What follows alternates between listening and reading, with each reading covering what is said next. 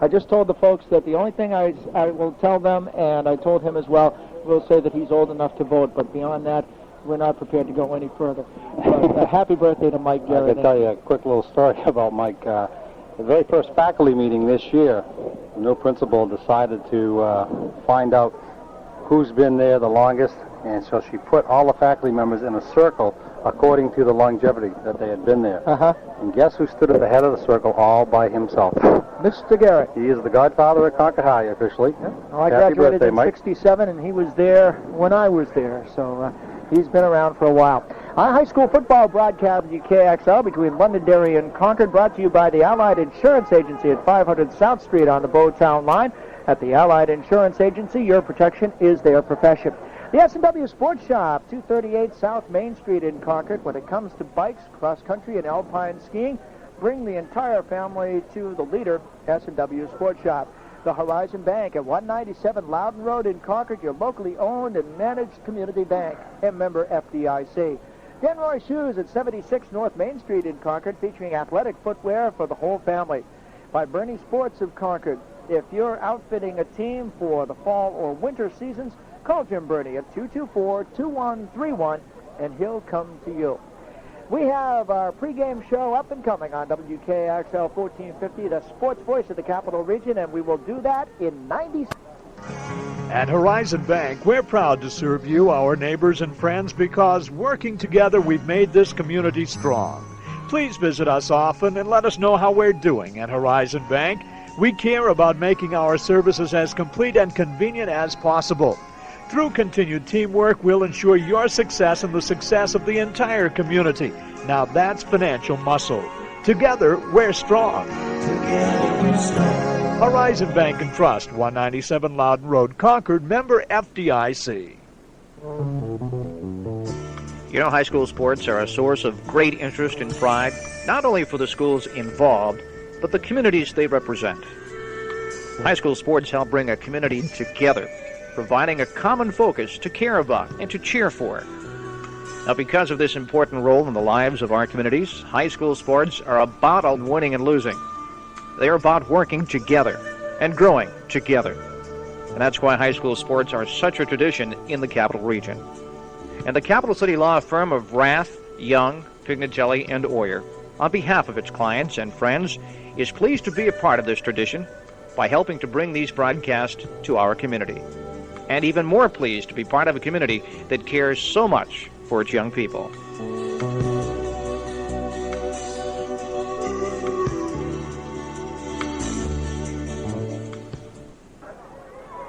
It's the second meeting ever between Concord's Crimson Tide and the Londonderry Lancers. The first time was for the 1989 state title. Concord led 19-0 at the half, and then they fought off a furious Lancer comeback for a final victory of 28-21 for the championship.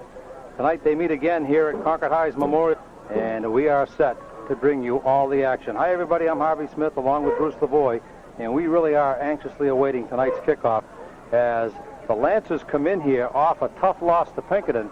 But if you listen to Coach Tom Sawyer of Londonderry, he flat out thinks Pinkerton is the best team in the division this year, and he put 21 points up on the board against Pinkerton last week. Concord High header against Bishop Girton, and they're looking their season to 2-0. And Bruce, I think on the surface, I think we have an even matchup here, even though the Lancers come in here with a loss. Yeah, but they came in with a loss against a pretty good football team. Concord with a win against probably one of the also-rans here in the state of New Hampshire. So you're right, Harvey. This is a big game for both squads, and if I had to give an edge, I would think it would be to Concord because they do have the one win under their belt, and they have something to prove after last year, and I don't think they're completed their mission just yet. It's kind of early in the season to be saying that, but also the fact that they're at home tonight before a pretty good home crowd should prove to be beneficial to the Crimson Tide, I would think. Tom Sawyer, in his 10th year at the helm, the only head coach in Londonderry football history. He brings a 61-win and 20-loss record and 3 state titles as the 82nd game here at Memorial Field tonight. Very warm welcome to you and your classy program, Memorial Field in Concord, Coach. Well, thank you. It's nice to be here. We got a great night for it. There's no wind. Perfect. We only had to warm up kicking the ball one way because there's no wind to worry about going the other way, so it should be a good one. Your team has been here in the Division II playoffs before the realignment. You were here last week scouting, but now, Coach, you're here for real. What's it like? Yeah, well, there's a lot of memories coming back as I see Concord warming up the field. It just seems like yesterday was 1989 down at our place, and we were playing for the state championship. So always, like I said last week to you, it's always a pleasure playing Jack and his staff. Good people. The game, you win or you lose, and afterward it's over. 10 years of football at Londonderry. You're the only coach in Londonderry history. Does that scare you? You feel like Tom Landry here? Yeah, no, the nice thing about it is they can never compare you to anybody else. You know, that Sawyer, he'll never win like Smith won, and so I'm the only one they can compare me to, so it's kind of nice. In those 10, you have very, very rarely been shut out. It's only been once or twice. You went through the record books just this morning, and what is it about your offense, your philosophy? You're always able to put points on the board. Well, I don't know if that has anything to do with it. I just think it just goes back to how you practice the kids all week long, and you never want them to fold their tent on you. We've been certainly behind with zeros. We were behind last week by 28-0 going in at the halftime, and the kids just picked their heads up and went out there and scored three touchdowns. So we've done that a number of times, and I just like to think that it's the way we coach them all week long, and they always keep their head up. You saw Concord High a week ago. We talked. You said your scouts were taking notes. You were kind of laid back and cool at the time. You've had a week to think about it. What do you have to do here tonight against Concord? Well, I think it's the same old story when you play a Concord team. You've got to try to make them use their ball possession offense against them. Try to make them use all 4 downs. They're going to gain yardage. You're not going to stop Central unless you just have a superior physical size team, which we don't. You've got to make them use all 4 plays, give them the basic yardage. If they're going to drive the ball down the field to score, make them eat up a lot of time. You seem to have a little bit of quickness and speed this year. That could hurt Concord. Yeah, we do. We've got a couple of quick kids. Unfortunately, one of our quick halfbacks, Joe Landau, lost him for a month. But we got Scotty Miller back there, and we got a couple of fast little backs that if we can sneak them through, maybe we can do something for us. Ryan McGonigal, the junior quarterback, you saw him play a week ago. He had an outstanding game against Girton, yes, especially from the neck up. He made great decisions. Any plans to disrupt him anyway tonight? No, I don't think you can go into a game with Concord saying you're going to take a particular player away, because you've got to be so concerned with the discipline of the offense that you've got to respect the fullback, you've got to respect the off-tackle halfback, and then you've got to respect the quarterback and receivers on the corner. Concord High has a Sawyer playing for them also, and he's a big one. How did he get away? I love it. He's the biggest Sawyer that there's ever been in the Sawyer clan in his life. We're all about 5'7", and I looked up last week, and here's this giant of a kid named Sawyer. I love that. I thought it was great. Last question. I'm going to let you be a little bit of a prognosticator. Big game down on the coast tonight, Pinkerton and Spalding. How do you see the outcome of that game? I think Pinkerton has a better football team. I think by 2 touchdowns. Coach, so good to have you here at Memorial Field. Good luck tonight. Pleasure. Thank you very much. Pleasure. Now, Bruce Lavoie, how'd you like that prediction? 2 touchdowns? You heard it right here. My goodness. Pinkerton over the defending champions, Spalding Red Raiders, and Spalding has a lot of those kids back. And that game's in Rochester. You heard him, Tom Sawyer. Listen, we're going to come back and talk to Jack Gaddy right after this 90-second timeout. At the Allied Insurance Agency, your protection is our profession is practiced daily. Their professional staff is truly at your service when it comes to protecting you, your family, and your business with total insurance coverage at very attractive rates. The Allied Insurance Agency is locally owned and operated. They know the greater Concord area. They live here, and their staff utilizes the services of excellent New Hampshire insurance companies. Companies such as the Concord Group, Peerless, and the New Hampshire Insurance Company. At the Allied Insurance Agency, they believe in supporting the area's youth, and they've established a long-standing tradition of high school sports sponsorship. And once again this fall, the winning tradition of Allied Insurance and local high school football continues as Allied Insurance and WKXL bring you these live broadcasts of the Concord High Crimson Tide and the Bishop Brady Green Giant football games. From Dave Gazaway Sr. and Dave Gazaway Jr. and the entire staff of Allied Insurance Agency, good luck and good sportsmanship. Friends, they're always there, ready to share your ups and downs to help lighten life's loads, to talk with and trust. At Horizon Bank, we're your friends and we care about you, and that's why each time you stop in, you'll get a warm smile, friendly greeting, and prompt personal service, because that's what a friend deserves. Whatever your financial needs, see us today at Horizon Bank. While we can't take the place of your best friend, we're behind you all the way, ready to share the load. Horizon Bank and Trust, 197 Loudon Road, Concord, member FDIC. Well, we talked about Tom Sawyer in his 10th year in his 82nd game. Jack Gaddy is in his 14th year here at the helm of a varsity football team in the state of New Hampshire. His 132nd career game tonight. He's 89-41 overall, 35-16 at Concord High with 2 state titles and 2 runners up. And Jack really knows the importance of tonight's game. Coach, Bishop Girton, the win was nice, but I think tonight's going to tell you more of what you want to know. Well, it certainly is. Londonderry is a good program and has been for the last 10 years, as far as I know. And, they're going to come to play every game, week in and week out. Tommy Sawyer's a great coach. He's a good motivator. I'm sure they have some incentive. Last time we played, we were on a high note. They were on a low note, and but they're well balanced. They're a good ball club with some speed, team speed, which concerns me. The defense last week, I know a lot of people are looking at your ball control, and Concord held on to the football for long periods of time, which might have overshadowed the defensive output last week, but I thought overall defensively you were pretty solid. We were, and not taking anything away from our defense, but Girton's not going to be the best offensive team in the state. But like you said, our defense did a nice job. They did the basic things nice. We played man-to-man coverage in zone, and both of them seemed to work pretty well. But tonight we're looking mostly to play a zone type of defense to try to negate the speed that Londonderry does have.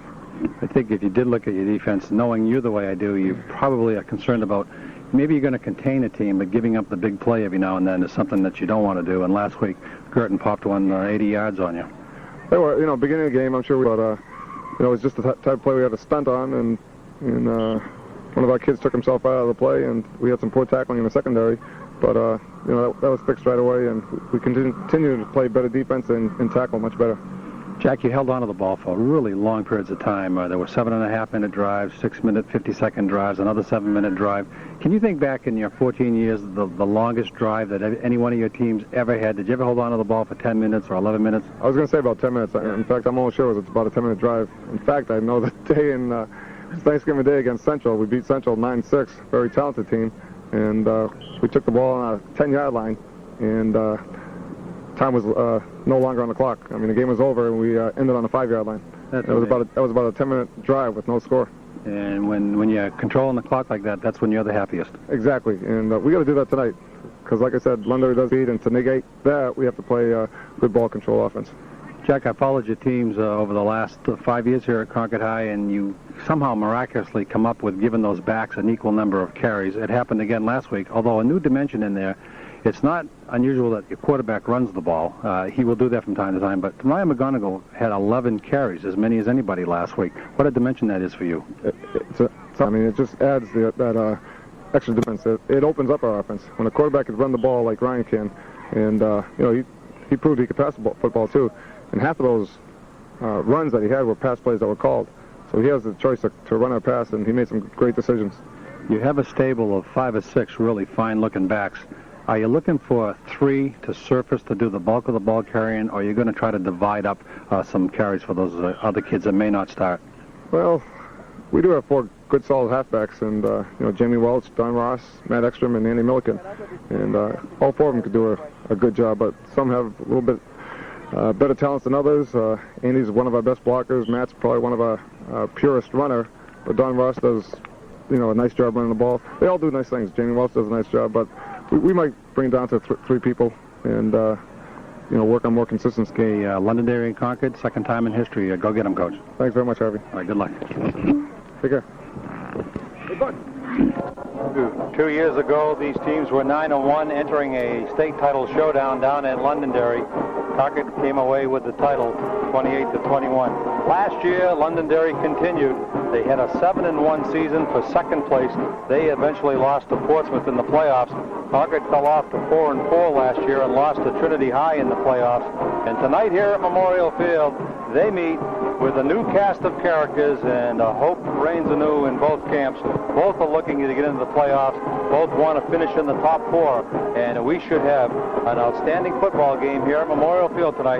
Concord High and Londonderry come back for the kickoff and the starting lineups and the kickoff right after this 60-second timeout.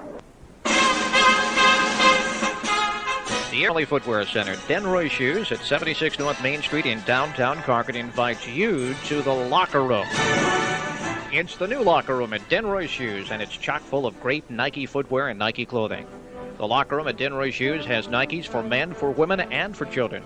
The locker room at Denroy Shoes has Nike gym and book bags, Nike hats, Nike t-shirts, Nike sweats, and cool, comfortable Nike nylon jackets and pants. You'll love the selection, and you'll find the values outstanding. Of course, for athletic footwear, the locker at Denroy Shoes just can't be beat for selection. Men and women can choose a Nike shoe for every athletic activity, from walking to cross-training, from tennis to basketball, from cleated to running, from force to the Nike Ear. So when it comes to athletic footwear, you look to Nike. And when it comes to Nike, look to the locker room at Denroy Shoes, 76 North Main Street, in the heart of downtown Concord.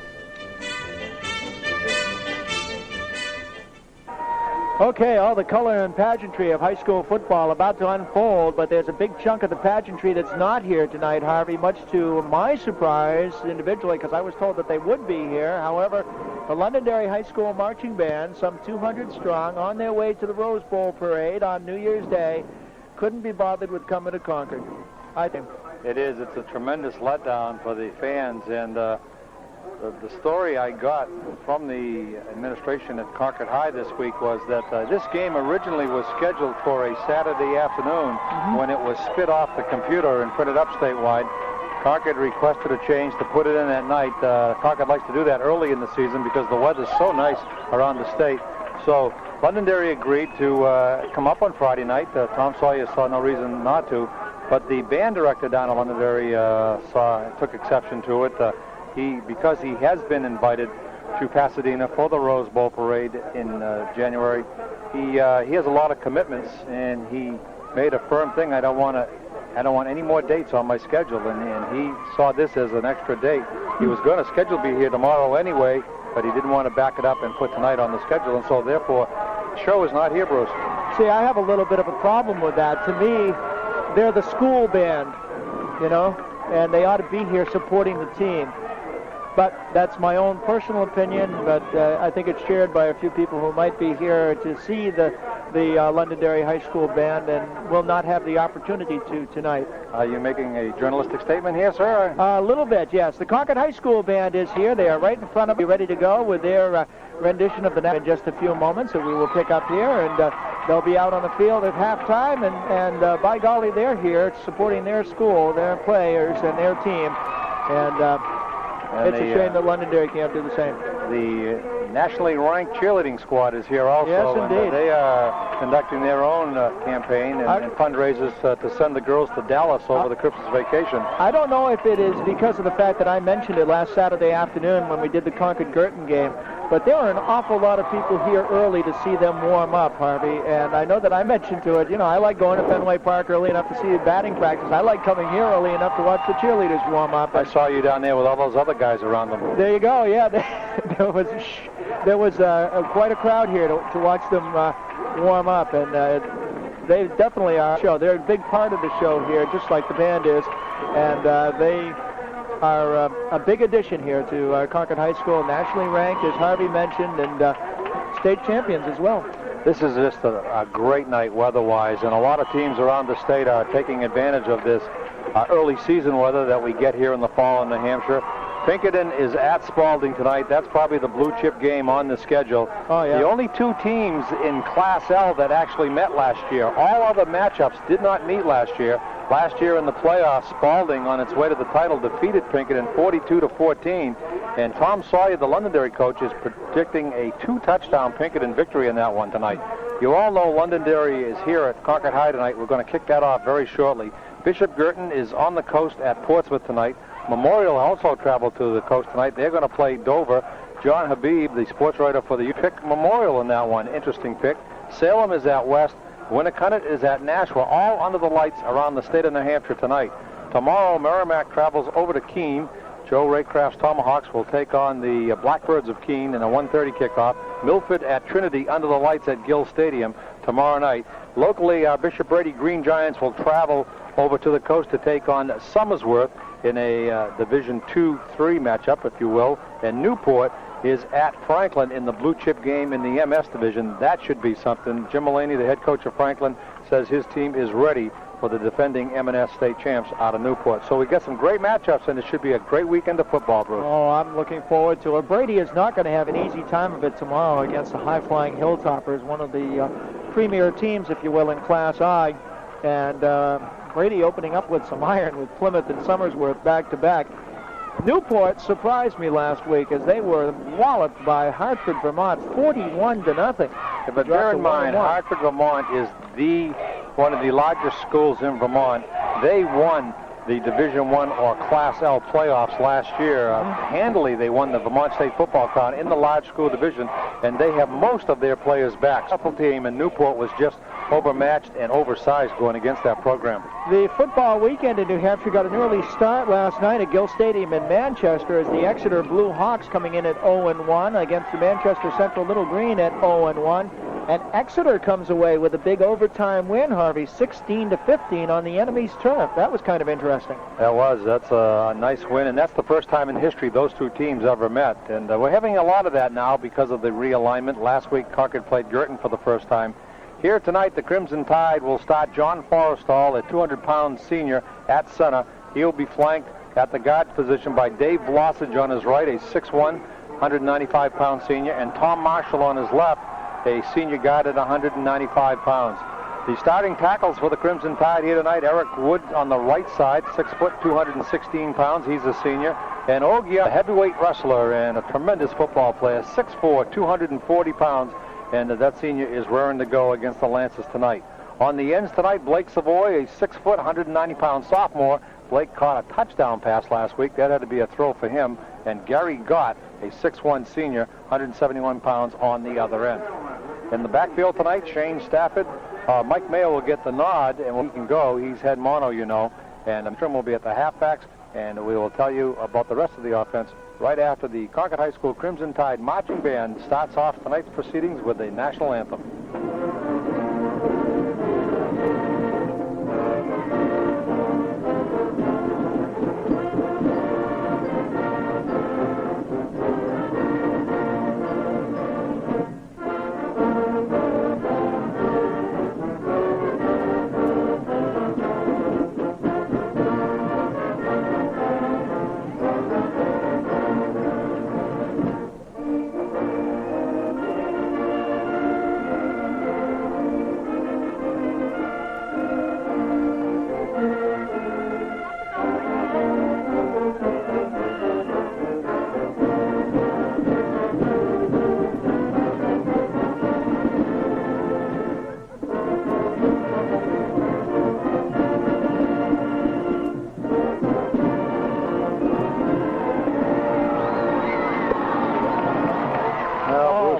Poor Bruce Lavoie, who is really in tune with such things, picked up a noticeable change in the band, and Bruce, I, for one, am thankful.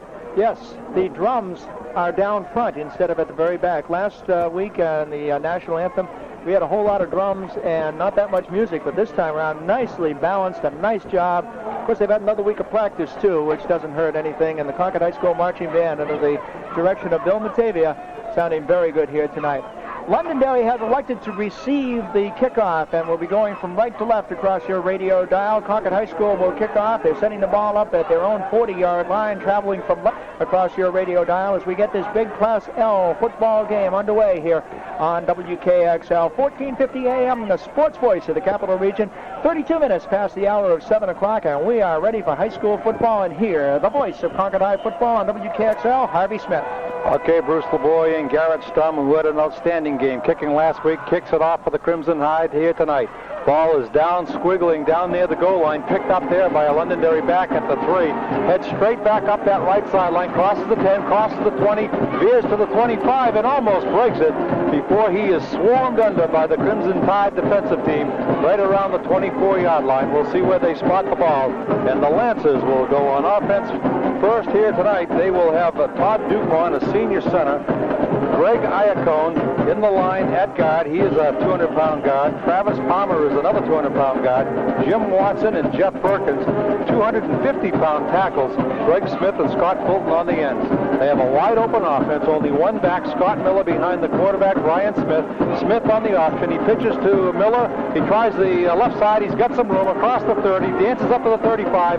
Slashes his way ahead to the 40. And Scott Miller, who seemed getting around that left end for Londonderry, broke it once he got around the corner. And the 6-foot senior back showed some fine speed right there, Bruce. Enough for a first down out to the 40-yard line, Harvey, as Miller seemed to be tackled several times behind the first down marker, but was able to slip away almost like a greased pig kind of thing, and he was able to pick up 11 yards out to the 40. It's a 1st and 10 for Londonderry. In motion goes Jeff Girton from his right to his left. There's a pass out to the end. It is complete. Straight down the field goes the Lancer across the 50-yard line as Greg Smith, the receiver on the right side, just took a straight pass right across the line of the scrimmage, and then he sprinted downfield across the 50 before anybody from Concord High could catch up to him. He's down to the 49-yard line. Another pickup of 11 yards and yet another first down. And Harvey, Londonderry on the first 2 bang-bang plays, back-to-back first downs, and they are moving, but they're bringing this one back. On the play, they're talking to the Concord High School, one of the captains down there,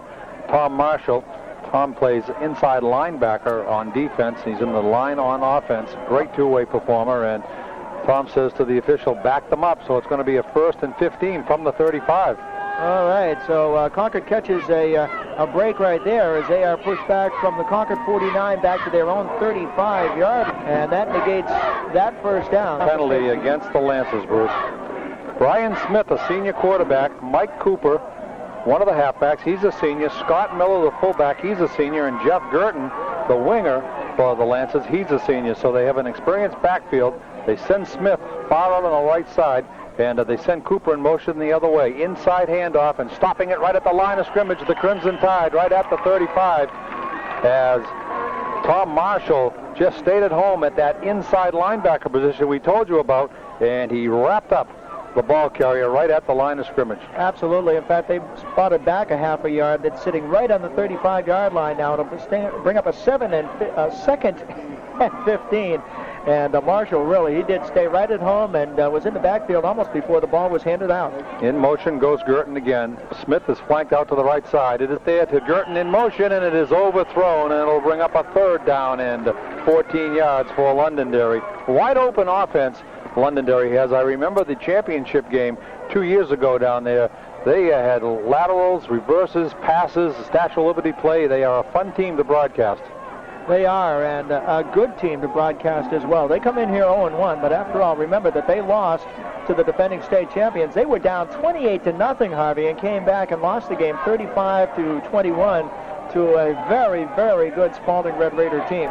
Yes, it was Spalding. I think I said Pinkerton in the pregame, and I guess I probably had Pinkerton on the mind when Tom Sawyer, the coach, told me Pinkerton's going to beat Spalding tonight. Okay, Tom said we were playing Central tonight. So, all right, too much time, I believe, is going to be assessed against Londonderry, and instead of 3rd and 14, it's going to bring up 3rd and 19. 10-12 to play here in the first period. If you're just joining us, high school football, 1450 WKXL in the Concord. I'm Harvey Smith along with Bruce Lavoie, and we have been waiting anxiously for tonight's kickoff. Londonderry and Concord, only the 2nd time in history meeting on the football field. Londonderry came out, picked up a first down running on their first play from scrimmage. They picked up an apparent first down on their second play from scrimmage, but it was called back on a penalty, another penalty, and now they have a 3rd and 19. Back to pass to Smith. They're going for the bomb, and he just seems like throwing it away. He had Girton in motion. Girton went from his left to his right. And then when the ball was snapped, it looked like Girton was supposed to head straight downfield, and it looked like Brian Smith, the quarterback, was throwing to a spot way down there away from everybody. Yeah, he was 15 yards over his receiver, Girton. Chad Fitton is the punter, and if you remember him from a couple of years ago, he's a good kicker. Gets his foot into the ball, is up into the lights, and Concord High is waving a fair catch right at the 45-yard line.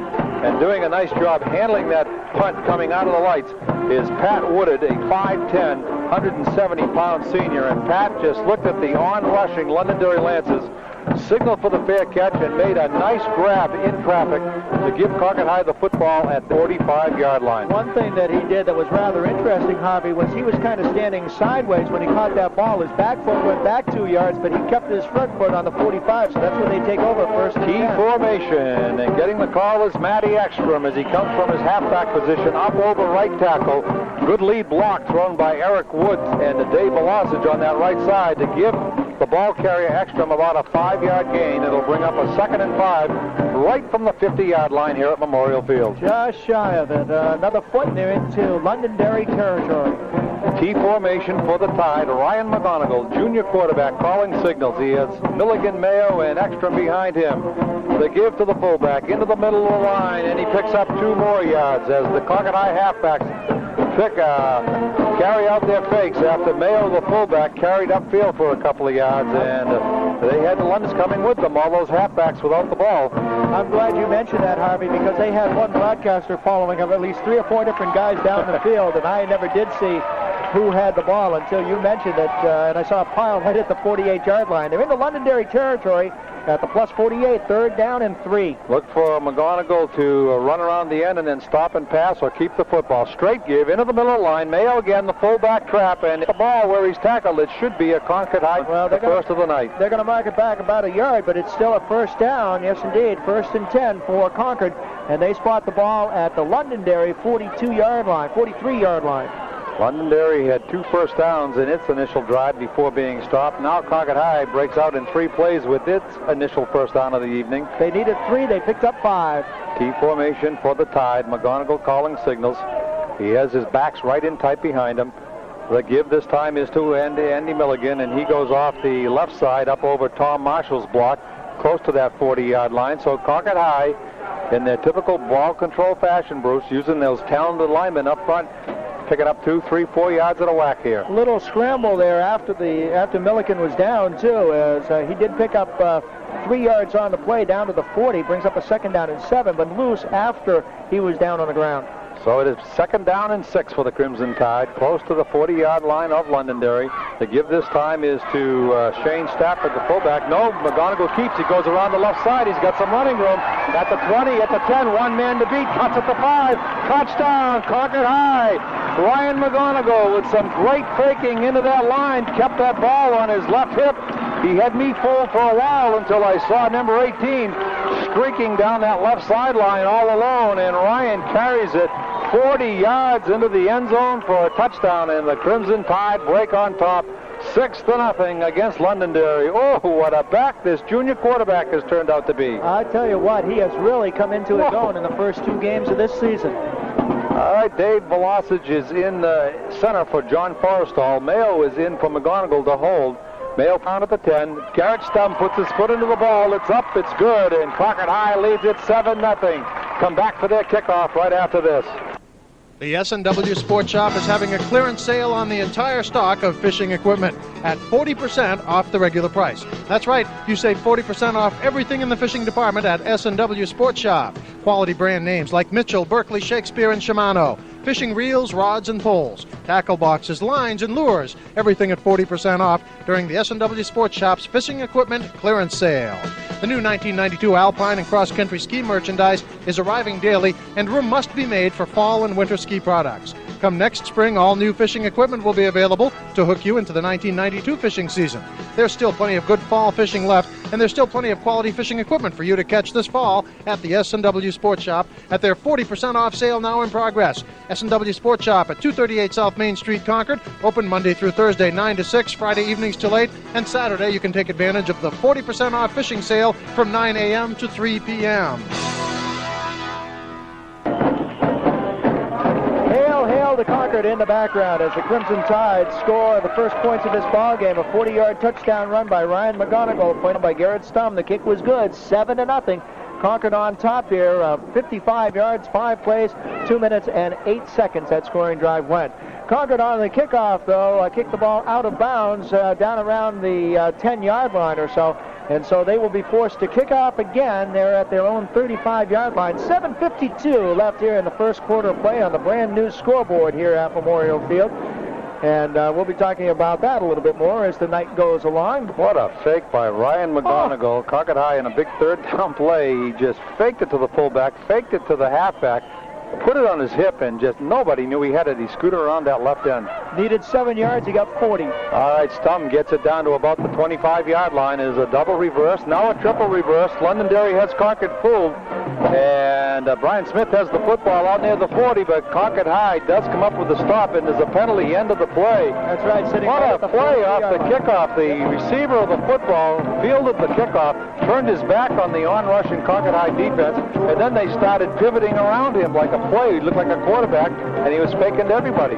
That's right. I saw that play in the game that they played, the playoff game against Trinity, blocking below the knees against Londonderry. So here they are early on in the ball game. This is their second possession and their third penalty of the game, and that will put them back at the where are they going to spot the ball, Harvey? They're marching back now. It'll be a 1st and 10 from inside the 30 at about the 37-yard line. So instead of having the ball out beyond the 40, they're all the way back actually to the 27-yard line, where they will take over 1st and 10. And Londonderry, the offense early on is kind of self-destructing here. That was an interesting Tom play. Sawyer must be shaking his head over there with these early penalties, because you know he has these kids prepared.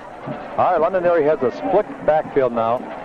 They send a man in motion to the left side, straight give to the halfback up over the right side. He's got some running room at the 35, across the 40, across the 50. One man to beat at the Concord 30. He breaks a tackle at the 20. He's going to go all the way. No one's going to catch him.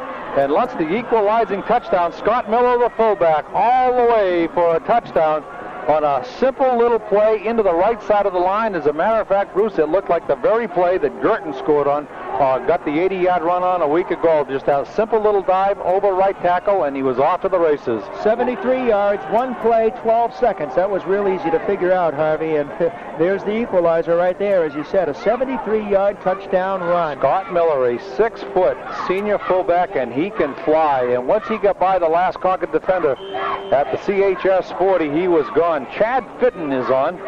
Brian Smith, the quarterback, on his knees at the 10. The snap. Poor snap. Fitton picks it up. He's heading around the left side. He's going to get tackled at the 10. Mike Mayo comes up with the 2-point save as he tackles Fitton, the place kicker, at the 10-yard line. 7-6. Concord still leads. Will be Londonderry's kickoff. Now's the time to outfit sports teams for the fall season, and Bernie Sports in Concord can make it easy. Instead of traveling all over the state, let Jim Burney come to you at your home or office. He'll show you the latest in uniforms, sports clothing, and equipment. Hi, I'm Jim Burney. At Burney Sports, shopping is easy because we come to you. So if you're about to outfit your sports teams, give Burney Sports of Concord a call now at 224-2131. That's 224-2131 for Burney Sports. At Horizon Bank, we're your friends and neighbors, and serving you is our #1 priority. That's why we'll never leave you hanging when it comes to your financial needs. Each time you call or visit Horizon Bank, you'll get a friendly greeting and prompt, courteous service, because we believe friends should never be left out in the cold waiting too long. Whether you want to discuss checking services, savings plans, taking out a loan, or whatever, come on in. Our lines of communications are always open. Horizon Bank and Trust, 197 Loudon Road, Concord, member FDIC. Chad Fitton puts his talented senior leg into the football, and he booms it down towards the Concord goal line. It is fielded right there by Shane Stafford. He comes up across the 20, up to the 30, and he gets nailed pretty at the 30-yard line. So we talked to Jack Gaddy about the defense and about these kids this year giving up the big play, and it happened once again here in the first period, Bruce. Well, the lone touchdown that Girton had early in the game last week was given up on a 71-yard run by Rod Diamond, as I remember, and it wasn't a scoring play, but nonetheless that set them up in fine field position. This one was a 73-yard touchdown run by Scott Miller. All right, the give. Mayo, the fullback, into the middle of the line. Fullback trap, 2 or 3 yards. And so the Crimson Tide got to go back to work now and try to pull off one of those long, sustained drives. Their last possession, they held on to the ball for 2 minutes and 18 seconds. And they produced a 40-yard touchdown run out of Ryan McGonigal. Let's see what happens here. Incidentally, 18-yard kickoff return on that play from the 12-yard line. Ball's nicking down an 8 at the 32. A 5-2 defensive look for Londonderry. The give to Milligan, the halfback. He crashes across the left side, rolls across that 40, and dives ahead to about the 43-yard line. Good pickup there by Andy Milligan, 6'1" senior at 188 pounds. Really was. They are going to spot it right at the 38, a pickup of 6 yards on the play, and that will bring up a third down play right here, Harvey. It's a long last time they had a third down play. McGonigal kept around the end and scored a TD. Let's see what happens right here. T formation again for the Tide. The give is to Milligan. He goes across that left side again. He comes across the 40. Have to get to about the Concord High 41 for a first down, maybe the 41 and a half. He clearly dove across that 40, and it may be a tad short. How do you view it? Well, I had them at the other end. First down? Yeah, Concord High. They were at the 30, so they're over the 40, so that is indeed a first down. Their second one of the ball game. Both of them coming on the ground. 1st and 10, and the ball is spotted just outside the 40 at the 41-yard line of Concord. They're on 41. Mayo, Milligan, and Ekstrom in tight behind McGonigal, the quarterback, on 1st and 10. The give this time is to McGonigal. He passes downfield. He's got a completion at the yard line. A nice looking rollout pass from McGonigal to Andy Milligan. McGonigal did a nice job freezing those linebackers with a terrific fake to Mayo, the fullback, and what they did was set up the play action by faking that fullback trap. McGonigal rolled to his right side and then just passed downfield right into Milligan's arms. Beautiful. 1st and 10 for the Tide. They're in Lancet territory at the 47. 12-yard pickup on the pass play. The give this time is to Matty Ekstrom. He crashes across the right side, slashes up to his left, and picks up 5 more yards. And now the Crimson Tide have their offense rolling once again. They lead 7-6 here against Londonderry. 5:22 to play in period number 1. I'll tell you what, Harvey, those were not easy yards in there picked up by Matt Ekstrom either, as he was hammered by 2 or 3 players and just thrown to the ground. 5-yard pickup, as Harvey said, 2nd and 5. They're at the Londonderry foot line. All right, let's see what the Tide can do with that T formation. It's interesting fun. The ball was snapped late, a busted play, completely broken play, and Ryan McGonigal stood there, scratched his head for a minute, fell ahead for 2 more yards. I mean, I can't even describe what happened. I've never seen that in football before, what happened on the snap of the ball. But I'll tell you what, let's call it a Chinese fire drill and leave it at that. Oh, wow. Pickup of 2.5 yards on the play. They're inside the Londonderry 40 now. We're going to call it 3rd and 3 from the 40-yard line. The center snapped the ball probably 3 counts before he should have. Ryan just stood there saying, what's going on? All right, this time the give is to the other halfback. No, that's Milligan again, and he rolls ahead for a first down. A nice little 3.5-yard pickup. Almost down to the Londonderry 35. They move it back to the 36. Now they move it to the 35. Well, make up your mind, fellas. Okay, well, the way it works is that they needed 3 yards, rather, and they picked up a total of 5 on the play, and they are down now to the 35-yard line. 35-yard line. Stafford is in there at fullback for Mike Mayo. Everybody in tight in that T formation.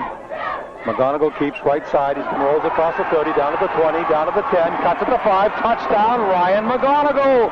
35 yards.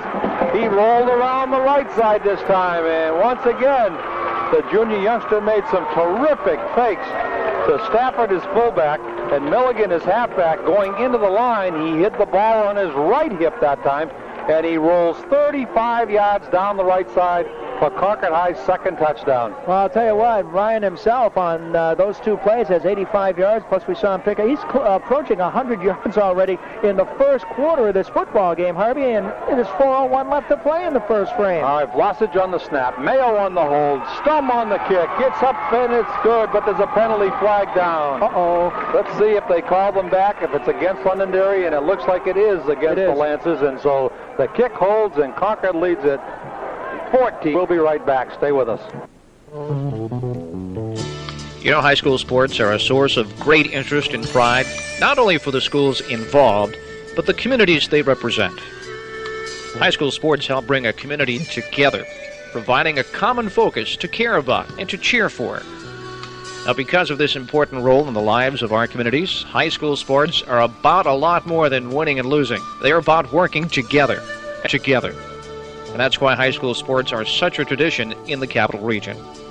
And the Capital City law firm of Rath, Young, Pignatelli, and Oyer, on behalf of its clients and friends, is pleased to be a part of this tradition by helping to bring these broadcasts to our community. and even more pleased to be part of a community that cares so much for its young people.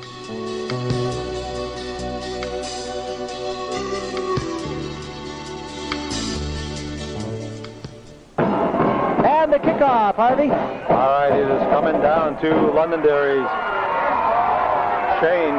Shane gets the ball at the 15, and he rolls back up to about the 25, and there's a flag down way back at the 40-yard line. Way away from the play, there's a flag down on the field, and the spotted a clip down there from that angle. Perhaps, yes, indeed. Shane actually fumbled the ball when he handled it at the 15 and was able to pick it up and start running, but that's why he didn't pick up more yardage than he did, as the kick got down there in a big hurry, well ahead of the Concord defenders. This is another penalty against Londonderry, Harvey. Oh, it's just been a rocky start for the Lancers here. This is a team, folks, that has just represented football excellence here in the state of New Hampshire. 3 state titles, 2 runners-up. They were 9-1 2 years ago, lost in the championship game to Concord. They were 7-1 a year ago, losing to a very strong Portsmouth team in the playoffs. They've represented excellence, as has Concord High, as everybody knows, within the sound of my voice around the capital city area. And this is very uncharacteristic to see this many penalties against one team this good this early in the ballgame. How many is that? This is their 4th penalty of the game because they had the 5th on the point after touchdown. So they take over 1st and 10 from their own 15-yard line, Harvey. And they called an unsportsmanlike conduct penalty down there. So the Lancers go back to work.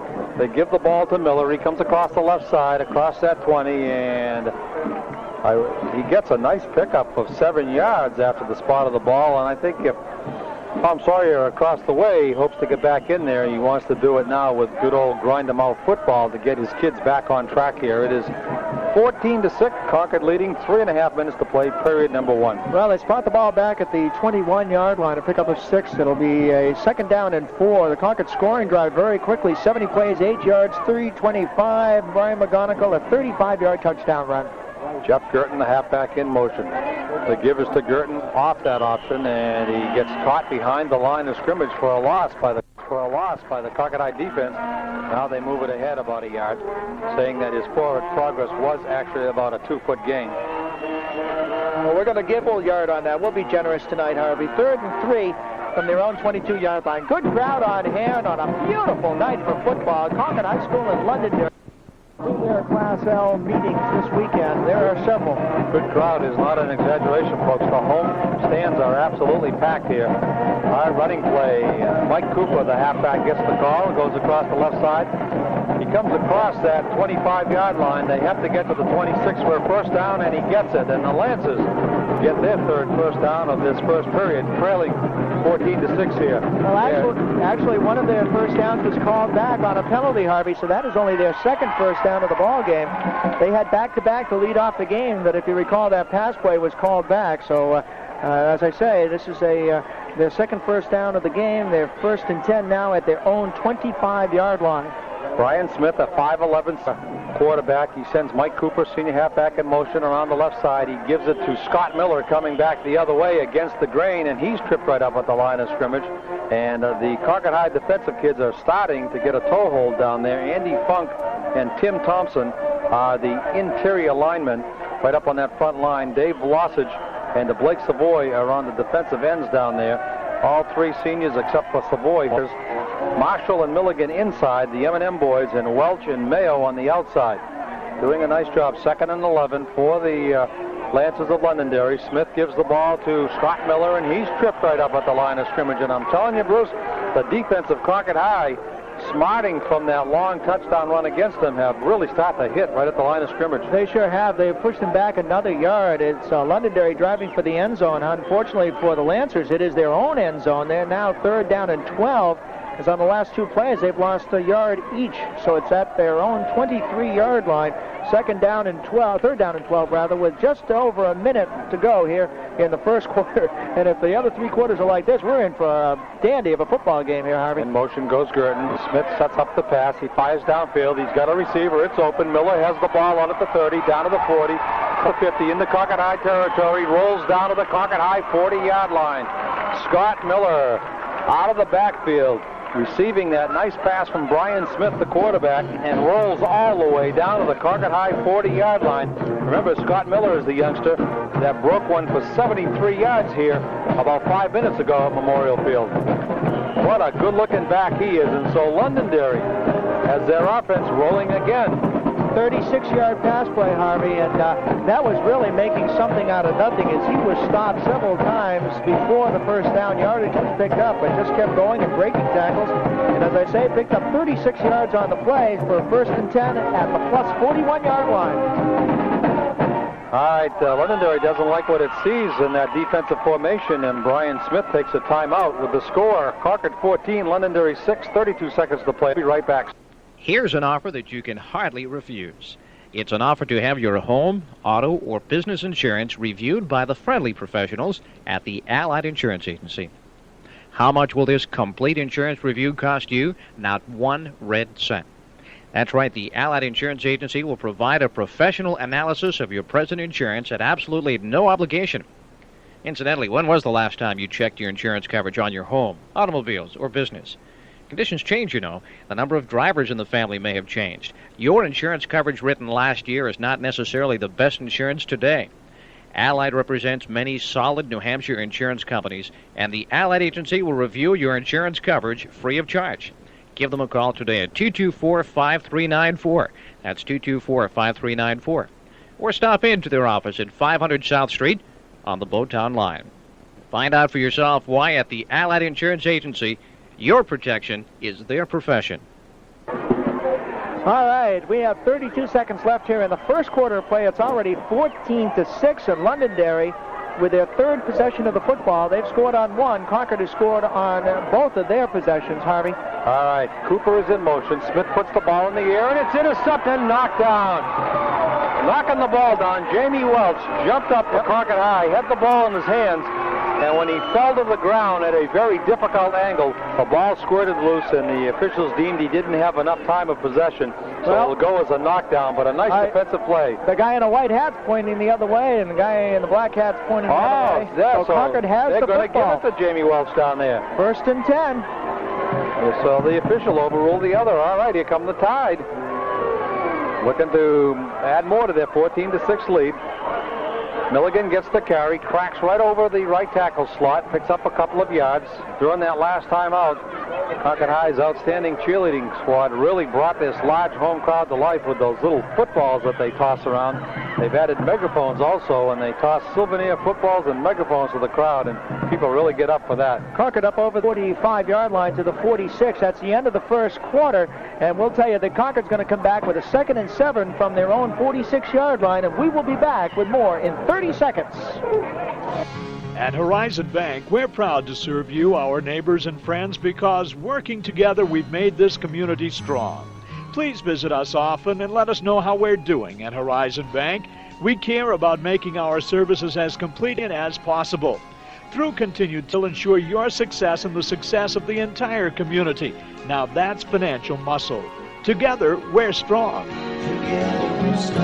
Horizon Bank and Trust, 197 Loudon Road, Concord, member FDIC. Well, following an interception of a pass, Concord is in good shape now. They have a 2nd down and 7. We're going from right to left now as we begin the second quarter of play here. 14-6, Concord on top. They are at their own 46-yard line, 2nd and 7. Harvey? Key formation for the Tide to start this second period. McGonigal bark signals. He gives it to Stafford, who goes straight ahead on the fullback trap and running all the way across the 50 out of the Concord High 40. It's Ekstrom with the football, but there's a flag back just behind the line of scrimmage. And this one could be coming back as the officials confer with each other. It is against the Crimson Tide, and it's going to negate a nice run by Matty Ekstrom. I think I said that Stafford had the football. Well, the kids fooled me on that play. Nice ball handling by the Crimson Tide kids, and Ekstrom ended up with that football deep in Lancer territory, but it's coming back. How many penalties against the Tide? Is that their first? That is the first against Concord High, and they're going to mark it off from the 49 back to the 39-yard line.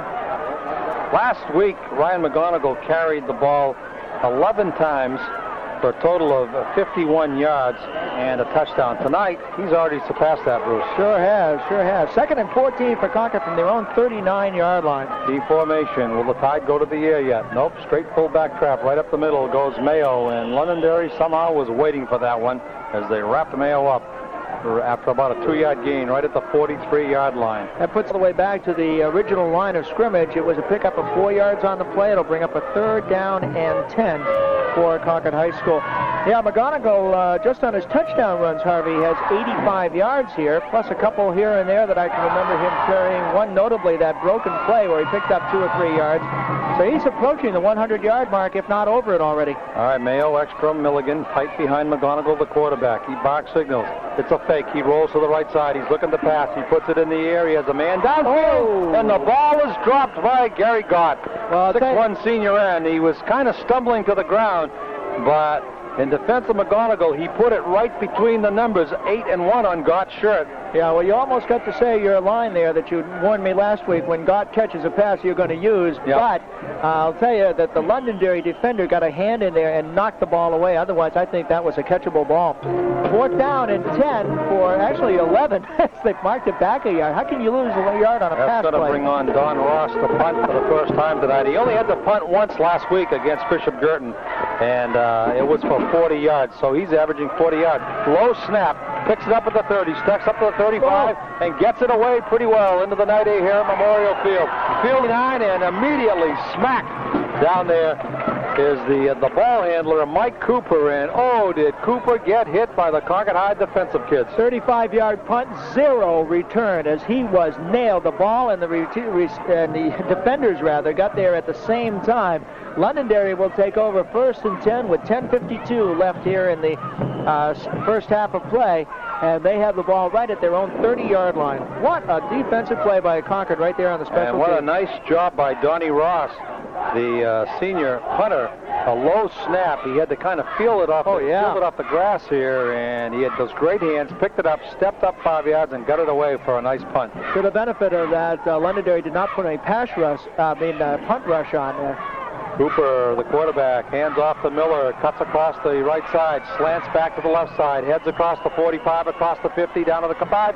One man to beat, and he's hauled down from behind, just beyond that 45-yard line. And Scott Miller, who broke one for 70 yards here earlier for a touchdown run, 73 actually to be precise, almost broke one right then. First down, Londonderry. It's pretty obvious that Miller is their big play man right there, as he was able to pick up some yardage right there.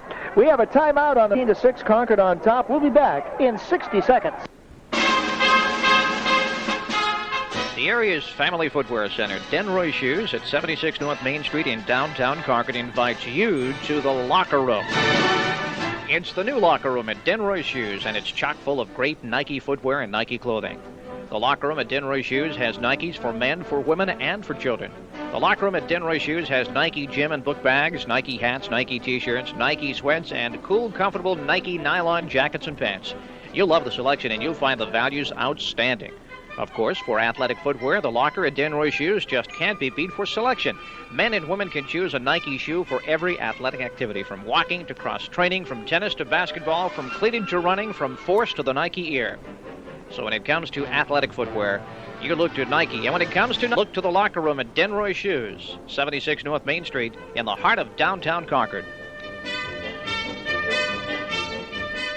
23-yard run play by Londonderry puts the ball 1st and 10 at the Concord 47, Harvey. All right, it is a pitch back to Cooper. He's going to come around that right side. He turns the corner, and then he gets smacked to the ground. Good defensive play by Blake Savoy of the Crimson Tide. The sophomore put a nice hit on Cooper, the ball carrier, as he turned that corner, and Blake Savoy said, "You're not turning my corner." He did pick up a couple of yards, though. It'll bring up a 2nd and 6. That's right, pick up a 4 yards on the play, 2nd and 6. Red Sox are playing the Yankees over on WKXL FM at 102.3, and during halftime, we will ask Gardner to give us a little bit of a brief recap of what has happened so far in that ball game, as the Red Sox and Yankees, Red Sox anyway, involved in a pennant chase. Back formation, straight give. Mike Cooper gets the call, goes into the middle of the line, and he is dealt with rather severely. Boy, the Concord kids, Tim Thompson, Andy Milligan, Tom Marshall, all piled right on the ball carrier, Cooper. And it's going to bring up a 3rd down and 6. No gain on that play. Nice defense by the Crimson kids. Absolutely. 3rd and 6, right where it was the last time. As he started to get some forward momentum built up, but was just nailed by Concord as he hit the line of scrimmage and was dropped right there. 3rd and 6, rather, at the 43-yard line of the Crimson Tide for Londonderry. All right, this time Cooper goes in motion to his left side. Inside reverse, play action fake. The quarterback, Smith, keeps the ball. Turns that left corner, hurdles one tackler at the 40, slashes ahead to about the 38-yard line. Nice run, and I'll tell you, we haven't seen this in Brian Smith, but that youngster can pick him up and put him down. He's quick, Bruce. This is not going to give him the first down unless that penalty flag is against Concord that we see right over there at the first down marker. We'll see whether Londonderry is going to mess it up again. No, it is on Concord this time, so Londonderry will get a first down out of this. But you're right, Smith made a beautiful run over there as he came over the left side, made a couple of deeks and grooves in there, and was at the yardage not quite to the first down marker, but it wasn't through any fault of Mr. Smith, as he really did a nice job carrying that football. He's quick, and boy, that dimension of that quarterback who becomes your 4th ball carrier in that offense. Ryan McGonigal here tonight, 2 such carries. One was a 40-yard keeper on the left side for a touchdown, and then McGonigal came back a few minutes later for a 35-yard touchdown run around the other side, and the dimension of the quarterback is really something. Well, they're going to mark the ball all the way down to the 23-yard line on the penalty. From the 23, the Lancers put Girton in motion to his right side. Inside handoff to Miller, the fullback. Right up the middle he goes, but Concord High snuffs it out after about a 1-yard gain. With the penalty, that was a 20-yard pickup for Londonderry Lancers as they have the ball now, 2nd down and 9, down at the Concord 23-yard line. 22-yard line. Sets up its 4-4 defense right about the 22-yard line that Bruce told you about. Blake Savoy, Tim Thompson, Andy Funk, and Dave Blossage across that defensive front. Mike Mayo, Tom Marshall, Andy Milligan, and Jamie Welch right behind him in linebacker positions. It's Stafford, McGonigal, and Ekstrom in the backfield. Smith, the quarterback for Londonderry, hands off to Miller. He goes left side, flashes down to the 20, and veers into about the 8 line. I like this Scott Miller. He's a good-looking halfback. Boy, I'll tell you, he sure is. You know, Harvey, I keep looking at the clock, expecting to see us counting down to halftime. There's still 8 minutes left, 7:47 to be precise, in the first half of play. We've had enough action for it to be midway through the 3rd quarter already. It's been a long half. I agree with you. 14-6, Concord on top. Londonderry has the ball at the Concord 17-yard line. 3rd and 4 for the Lancers. Timeout, says Brian Smith, as he doesn't like again what he sees in that Concord defense. With 7:30 to play, a 14-6 Concord lead, but Londonderry in scoring territory. We'll be right back to see if they can punch it in. The S&W Sports Shop is having a clearance sale on the entire stock of fishing equipment at 40% off the regular price. That's right, you save 40% off everything in the fishing department at S&W Sports Shop. Quality brand names, Berkeley, Shakespeare, and Shimano. Fishing reels, rods, and poles. Tackle boxes, lines, and lures. Everything at 40% off during the S&W Sports Shop's fishing equipment clearance sale. The new 1992 Alpine and cross-country ski merchandise is arriving daily, and room must be made for fall and winter ski products. Come next spring, all new fishing equipment will be available to hook you into the 1992 fishing season. There's still plenty of good fall fishing left, and there's still plenty of quality fishing equipment for you to catch this fall at the S&W Sports Shop at their 40% off sale now in progress. S&W Sports Shop at 238 South Main Street, Concord, open Monday through Thursday 9 to 6, Friday evenings till 8, and Saturday you can take advantage of the 40% off fishing sale from 9 a.m. to 3 p.m. Okay, here's the way it sets up. 7.5 minutes left in the first half of play. 3rd and 4 for Londonderry at the Concord 17-yard line. What a game, Harvey. They spun Smith wide out of the right. The halfback Cooper gets the call into the middle of the line, and he's not going to go anywhere. Great defensive play by Jamie Welch, the cornerback on the right side. Jamie came up after Dave Blossage contained him a little bit. Welch came up and put a nice hit on Miller, and he throws him back, and here comes a big play for Londonderry in this half. They trail 14-6, but it's a 4th, and they got to go for it in this situation. The ball's at the 22-yard line of Concord. 4th down and 9, a loss of 5 yards on the play, Harvey, as the Concord defense came up big, and we're going to have a field goal attempt from this kid can do it. Chad Fitton is an outstanding field goal kicker. 38-yard attempt. Ball is down in plenty of time. The ball is up. It's heading toward the goalpost. And And how about that, folks? 38-yard field goal. 38-yard field goal by Chad Fitton. A beautiful, beautiful kick. Chad Fitton kicked against Concord High when he was a sophomore 2 years ago in that championship game, and he did a nice job with all the extra points. And if you remember back to the game that you went to 2 years ago, Bruce, when Trinity was favored against Londonderry in the semifinals down there on a Saturday night in the state semifinals at Londonderry, Chad Fitton kicked a 28-yard field goal to win the game against the semis at Londonderry in that championship game. He's back now 2 years later as a senior. And he got all of that one, didn't he? I tell you what, we have seen a couple of good kickers here. That Hickson kid from Plymouth a couple of weeks ago, or last week, a week ago tonight, as a matter of fact. Seems like a couple of weeks ago. And now Fitton tonight. And I'll tell you what, that was one booming kick. And now he could have gotten that in from 48 yards. That's the longest field goal I think we've seen here on the radio. We had a 37-yarder by Jason Fossbender. That one was 38 yards. 38. Holy cow. How about that? 6:45 to play, 14-9. Concord leading, and they're going to get the ball back. Fitton puts his foot in, and he backs Ekstrom way up to just about the 2-inch line. And here he comes up to the 10, and before he can get to the 20, smack, he's down at about the 19. A long kickoff, but some great speed on that front defensive line for Londonderry getting down there to stop the ball carrier of Concord High. They're going to mark at the 15. At the 15-yard line, that's where they're going to mark it. 6:40 left here in the first half of play. The Londonderry scoring drive, 70 yards, 8 plays, 4 minutes and 8 seconds, and a 38-yard field goal by Chad Fitton. Wow. 14-9, Concord on top. What a game. The Tide with a split-back formation this time. It's Mayo in there for the fullback pass. He's across the line, is ready to the 40. He dances out about the 47-yard line. Mike Mayo. And Mayo gets up and he points to the official. He grabbed my face mask, but he's not going to get the call, and he's upset because he got hauled down by the face mask, but he got so far downfield that he ran by the officials and they just couldn't see. Well, I noticed that he went down in a very violent fashion right there, and it looked like a little bit of extracurricular activity on the Londonderry defense, but be that as it may, it's a 32-yard pickup for the youngster, and Mayo has it out to the 47-yard line where Concord has their 5th first down of the first half. Jack Gaddy gives Mayo a well-deserved rest, and he's talking to him right now just to calm him down.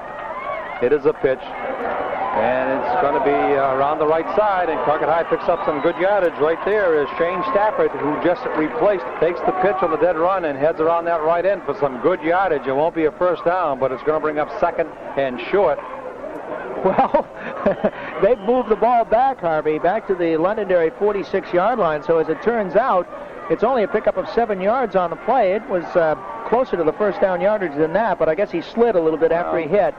Field's got to be getting a little damp in the dampness tonight. All right, Ekstrom gets the call. It's a halfback option. He's through the middle of the line. One man to beat. He's at the 30. He's down to the 20. He gets hauled down at about the 10-yard line. That's that new wrinkle that Jack Gaddy has put in. Instead of the fullback trap, it's called a halfback trap.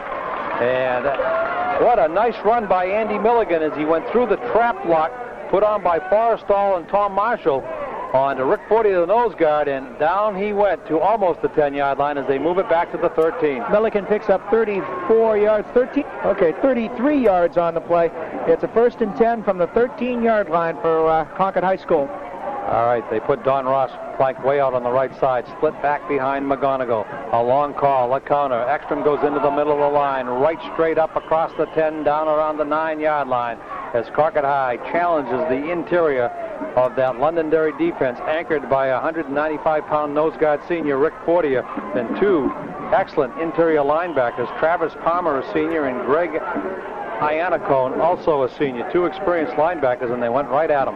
Ball's at the 9-yard line now, and it was a pick of 3 yards on the play, so it's a 2nd and 7 for the Tide.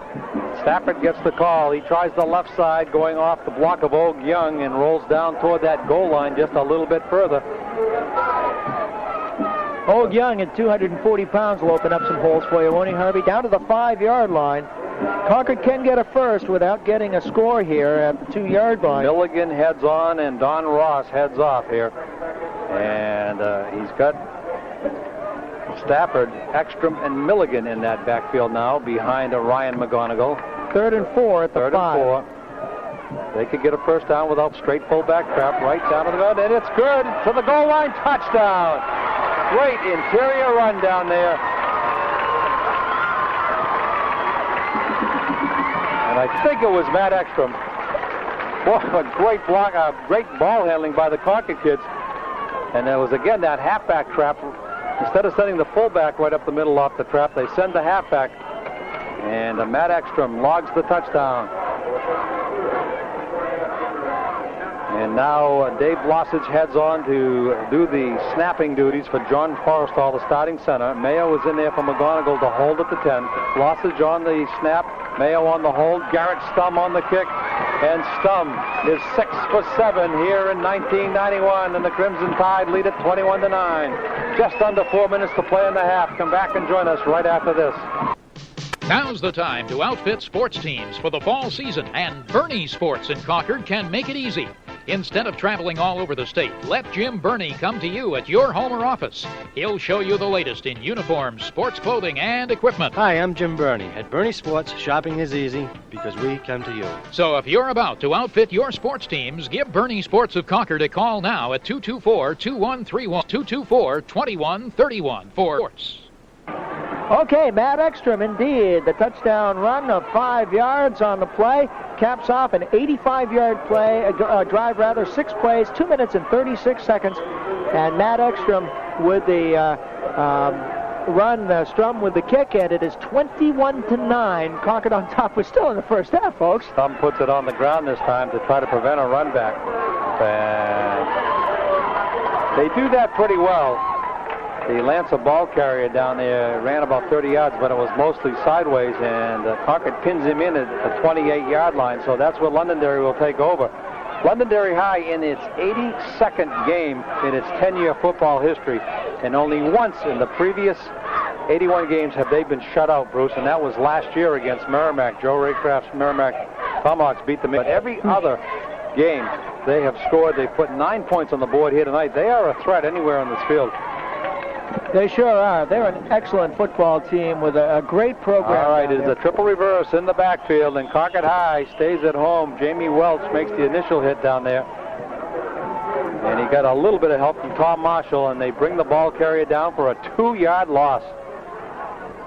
Going to mark the ball back at the 37-yard line. We're in the second period, 3 minutes to play. I'm sure Gardner Hill's sitting back there on the board saying, what's wrong with that new clock at Memorial Field, you guys? This is a long half. Sure is. I'm wondering if the clock isn't off a little bit. All right, one lone back. He gets the call. Comes right up the middle, and he stopped right at the line of scrimmage. That was Scott Miller, the fullback. Londonderry had everybody like a big pass play. It was a pro set, and Miller got the call into the middle of the line, and it's 3rd down and 12. 3rd and 12 from their own 27-yard line. And I'll tell you what, Harvey, I'm getting writer's cramp with all these statistics here in the first half. We still have 2.5 minutes left to go. This is incredible. Concord High has a new man on statistics. Head track coach Rusty Cochran does the statistics for Jack Gaddy. Does a great job. He had stats provided this week that you wouldn't even think of for football. They were awesome. All right, in motion goes Cooper to his left side. Smith fakes to the fullback. He's going to put it in the air. He's got a man open downfield, and he's tripped up, and it's probably going to be pass interference. Nope, the referee ruled that Stafford and the ball carrier got their feet tangled. I mean, the intended receiver down there, he was wide open, and at the last second, he just tripped over the feet of Shane Stafford, the safety down there, and no flag was thrown. But I'll tell you, John Daniels, the end, went down real hard out there, Bruce. Sure did. That'll bring up a 4th and 12 now, and the ball is at their own 27-yard line. Here comes a punt. All right, Chad Fitton is back from his 30. Puts it in the air. It is a spiral, and it is chasing Stafford back down. He takes a reverse to Axum, keeps it around the left side, comes across the 30 to tackle the 35, and then gets ridden out of bounds at about the 38-yard line. So Stafford and Ekstrom pull off a little fake reverse after that reception of the punt.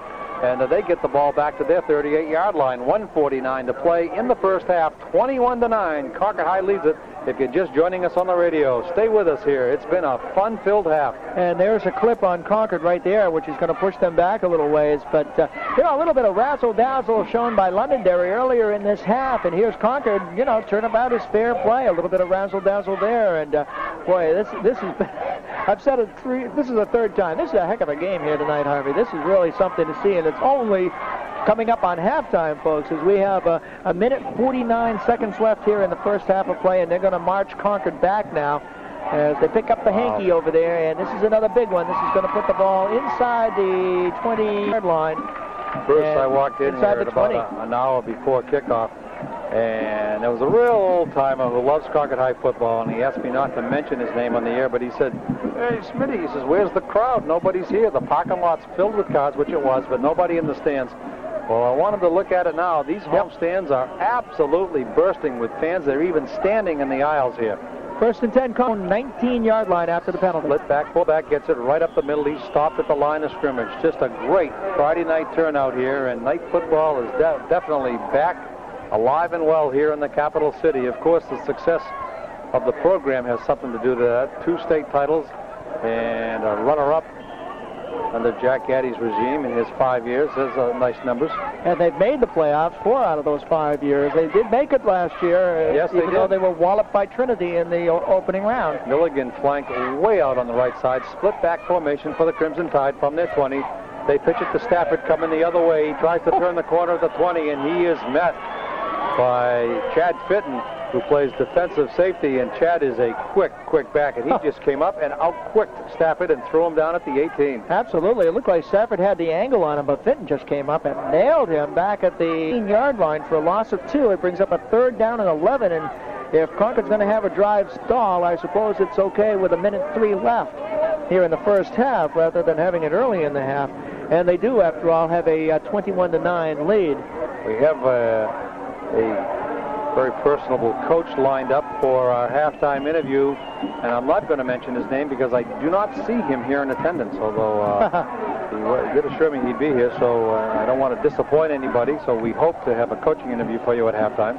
This is our only game of the weekend as far as football goes. We have a lot of baseball to talk about, and we will do that. We also have a big UNH game to mention tomorrow, too, and we'll do that at halftime. The ball is snapped.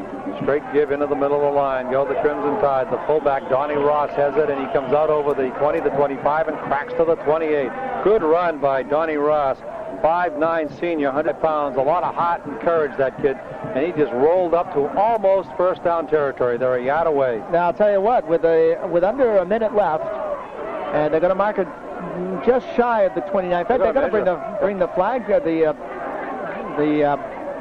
markers out to see if he has the first down. There's under a minute left, 50 seconds to be precise here in the first half. Concord is leading 21-9.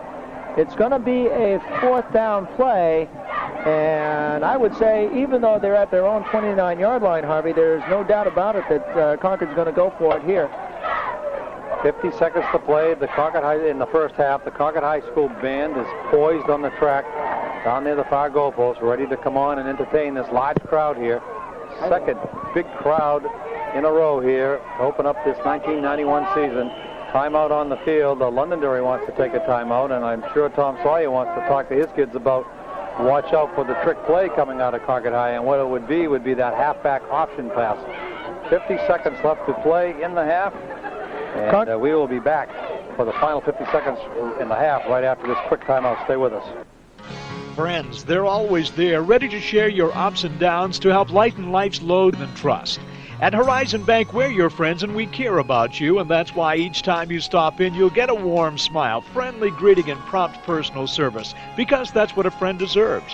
Whatever your financial needs, see us today at Horizon Bank. While we can't take the place of your best friend, we're behind you all the way, ready to share the load.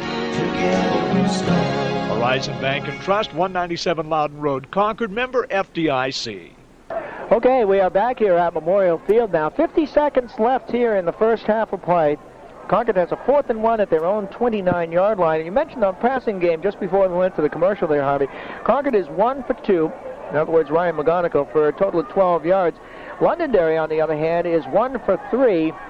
36 yards on the throw rather, but 1 interception as well. I just saw an interesting thing. There were 7 in the Londonderry defensive huddle, and then 6 sprinted off with Tom Sawyer. He brought some kids out with him. All right, Don Ross is back into a punt formation at his 18-yard line, and then Ross calls a timeout, and I'm sure what Jack Gaddy was trying to do is to draw Londonderry off sides and keep the ball here with 50 seconds left to go. But Don Ross lined up at quarterback, and then he backpedaled back to about the 18, and when that Londonderry didn't jump off sides, he... Yeah, and the clock, of course, is not moved. It's still at 50 seconds. Won't move until the snap of the ball. And that was interesting. As you say, Harvey, it was... Did you notice that defensive huddle, Londonderry? Yeah. They had 17 kids in there. Now, only 11 can play. You and I know that. And then when Tom Sawyer headed off the field, the head coach, he took 6 of those kids with him, so he brought those kids out to listen to him. Interesting. Yes. He's the guy, if you remember, down at Londonderry, who doesn't coach from the sidelines. He coaches up on top of the press box through a headset. That's right. He's on the sideline tonight. Actually, he's the one that was in that lift that they brought. I was wondering, yeah, they have a tower set up behind the stands for most of the first half, and Tom Sawyer coached from up there. All right, here goes Concord again, taking the run and going back into punt formation, and then they take too much time. The flags are dropped, and will Concord get this play off? Now there's a penalty here, and it is offsides against Concord High, and they're going to back them up. So Ross, instead of punting from the 18, is now going to have to punt back near his 12-yard line. Well, that was different. Interesting development here, and it just adds to one of the longest halves in recent memory. Ball at their own 24-yard line. Now it's 4th down and 6. Don't flip that dial, folks. Stay with us. Here goes Ross, backtracking from the quarterback position again. He's back at the 12-yard line. Lossage, the center in there, snaps the ball back perfectly. He steps up to the 15, Ross does, punts it up into the air. It bounces down at the 43, but gets a Concord roll over the 50 into Londonderry territory, back down at the 47-yard line. So after all that, got the punt away. 39 seconds to play here in the first half. Concord leading 21-9, and the scoring has come several different ways. It's been nice. We've seen a 38-yard field goal out of Londonderry. Bruce will tell you about it at halftime. Well, that's going to take up most of the halftime show if I have to give all these stats, Harvey. We'll pass along an interview or two. Next week, Concord High is at Pinkerton for the first time in history. 29-yard punt, that was. Motion play by Londonderry, and now Smith puts it in the air. It's a long bomb downfield, and it's thrown out near the sideline at the Concord 30. He went for the downs. He threw that about 45 yards in the air, but nobody was in the area where the ball landed. Down near the right sideline, near the Concord High 30-yard line. What to do? The Concord defensive backs were kind of playing the ball, knowing that this is a passing situation, and this late in the half, 19 seconds left now, and you could just, from here, you could see their eyes get bigger as they had an opportunity to zero in on that ball, but it was just out of everybody's reach. 2nd down and 10 from their own 47-yard line for the Lancers. All right, in motion goes Mike Cooper, the halfback. Backs a split. Smith is back to pass for Londonderry. Puts it in the air again. He has the man open, and it's intercepted by Shane at 25. He's back across the 30. Hustles up to the 40. Dives ahead to the 45-yard line. And Shane Stafford comes up with a pass interception. It is Concord High's 5th pass interception here in 1991. They had 3 last week and 2 here tonight. I'll tell you what, one of the raps against Concord in years past has been that they haven't got any pass defense. Well, 5 pass interceptions in 2 games ain't bad, Harvey. No, Jamie Welch picked up his 2nd interception of the season earlier here tonight, and now Stafford picks up Concord High's 5th. And before the ball is snapped, that is going to bring to the close a long half of football here at Memorial Field. And the Crimson Tide are going to go into the locker room leading 21-9. That's an 11-point lead. The last time these two teams played, which was the first and only time these two teams played 2 years ago, Concord went into the locker room leading 19-0, only to see Londonderry come out and come at them with some great second half offense. Concord hung on to win the state title 28-21. We wonder what Tom Sawyer has planned for those quick Londonderry kids here in the second half. It should be a good one. We're going to send it back to the station for a quick commercial break, regroup, and come back with a halftime show for you, everybody. So join us. We'll tell you Concord 21, Londonderry 9. Come back and join us for our halftime right after this. Sports are a source of great interest and pride, not only for the schools involved, but the communities they represent. High school sports help bring a community together, providing a common focus to care about and to cheer for. Now, because of this important role in the lives of our communities, high school sports are about a lot more than winning and losing. They're about working together and growing together. And that's why high school sports are such a tradition in the Capital Region. And the Capital City law firm of Rath, Young, Pignatelli, and Oyer, on behalf of its clients and friends, is pleased to be a part of this tradition by helping to bring these broadcasts to our community. And even more pleased to be part of a community that cares so much for its young people.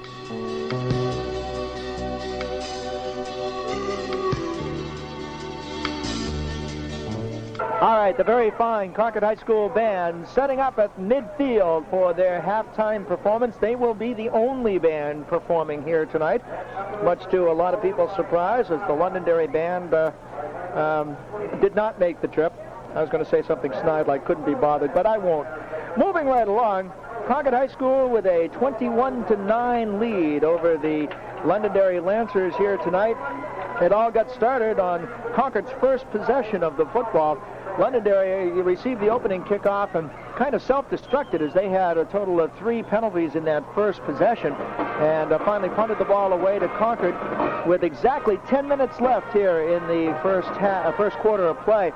And after a 55-yard drive that ran 5 plays, 2 minutes and 8 seconds, Ryan McGonigal ran it in from 40 yards out. The point down by Garrett Stum was good, and Concord led 7-0 on their first possession of the football. Coming right back the other way, a 73-yard touchdown run by Scott Miller. It took 12 seconds after the kickoff, and it was the first play from scrimmage. And Chad Fenton's kick was, it was a bad snap from center. And he tried to run it in for a 2-point conversion, was unsuccessful. So it was 7-6 with Concord on top. A 35-yard touchdown run, this time by Ryan McGonigal again. Garrett Stum, the kick for the point after touchdown, capped off Concord's next possession of the football, as we had a score by Concord, a score by Londonderry, a score by Concord on consecutive plays. 70 yards, 8 plays, and 3 minutes and 25 seconds it took for Concord to get the ball into the end zone, and it was 14-6, and that is where a hell of a football game, as we expected it to be, with Concord way out in front of Londonderry now. For Londonderry, 5 first downs in the first half, 3 on the ground, 1 on the passing routes, and 1 via the penalty. Their passing game has been something less than spectacular. 1 for 5 for 36 yards and 2 interceptions. For Concord, 6 first downs, 5 of them on one of them on the passing routes, and Ryan McGonigal was 1 for 2 for 12 yards passing in the first half. So that's where we are, 21-9 with Concord on top of Londonderry. We will be back with more halftime festivities here at Memorial Field after this 90-second timeout. At the Allied Insurance Agency, their motto, "Your protection is our profession," is practiced daily. Their professional staff is truly at your service when it comes to protecting you, your family, and your business with total insurance coverage at very attractive rates. The Allied Insurance Agency is locally owned and operated. They know the greater Concord area. They live here, and their staff utilizes the services of excellent New Hampshire insurance companies. Companies such as the Concord Group, Peerless, and the New Hampshire Insurance Company. At the Allied Insurance Agency, they believe in supporting the area's youth, and they've established a long-standing tradition of high school sports fun. And once again this fall, the winning tradition of Allied Insurance and local high school football continues as Allied Insurance and WKXL bring you these live broadcasts of the Concord High Crimson Tide and the Bishop Brady Green Giant football games. From Dave Gazaway Sr. and Dave Gazaway Jr. and the entire staff of Allied Insurance Agency, good luck and good sportsmanship. Horizon Bank, we're your friends and neighbors and #1 priority. That's why we'll never leave you hanging when it comes to your financial needs. Each time you call or visit Horizon Bank, you'll get a friendly greeting and prompt, courteous service because we believe friends should never be left out in the cold waiting too long. Whether you want to discuss checking services, savings plans, taking out a loan, or whatever, come on in. Our lines of communications are always open.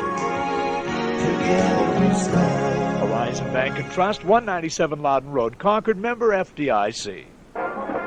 Memorial Field and WKXL Radio, your spot for sports tonight around the capital city, as the Crimson Tide of Concord High lead Londonderry's Lancers 21-9, and quite an offensive show by both schools here tonight. A beautiful night weather-wise. It's not the only game around the state. A lot of schools are taking advantage of this nice weather. There are 7 Class L games around the state under the lights tonight. Boy, it's just beautiful here. Good crowd, and Bill Whitmore, the Concord High School athletic director, gracious enough to give up some of his time and his duties as athletic director to join us. And Bill, we were just mentioning a few moments ago, and Bruce and I talked about it in the pregame. Originally, this game scheduled for Saturday afternoon, and you guys moved it tonight, and it was a great decision. It's turned out to be a great one. It certainly was, Harvey. Being a Monday morning quarterback, everything turned out real well, and it's a great crowd and a super evening of football. It's the band, the cheerleaders, the football team, first class in every respect. And how's tonight's attendance compared to last week's opener against Girton? Without really getting a count from the ticket booth, I'd say we doubled it, just by eyesight. I have to agree with you. I was saying before that the homestands are not only filled, there are people standing in the aisles here to get a better view of the game, and football really on the upswing here at the Concord High School. Great atmosphere. The program at Concord High, Bill, you've come in and you've taken over a full regime of athletics here, and now that you've had your feet wet for a year, you must be pretty proud of the community and the attitude of the community towards sports here in the city. Harvey, this has reinforced what I had thought about a year and a half ago before I took the job.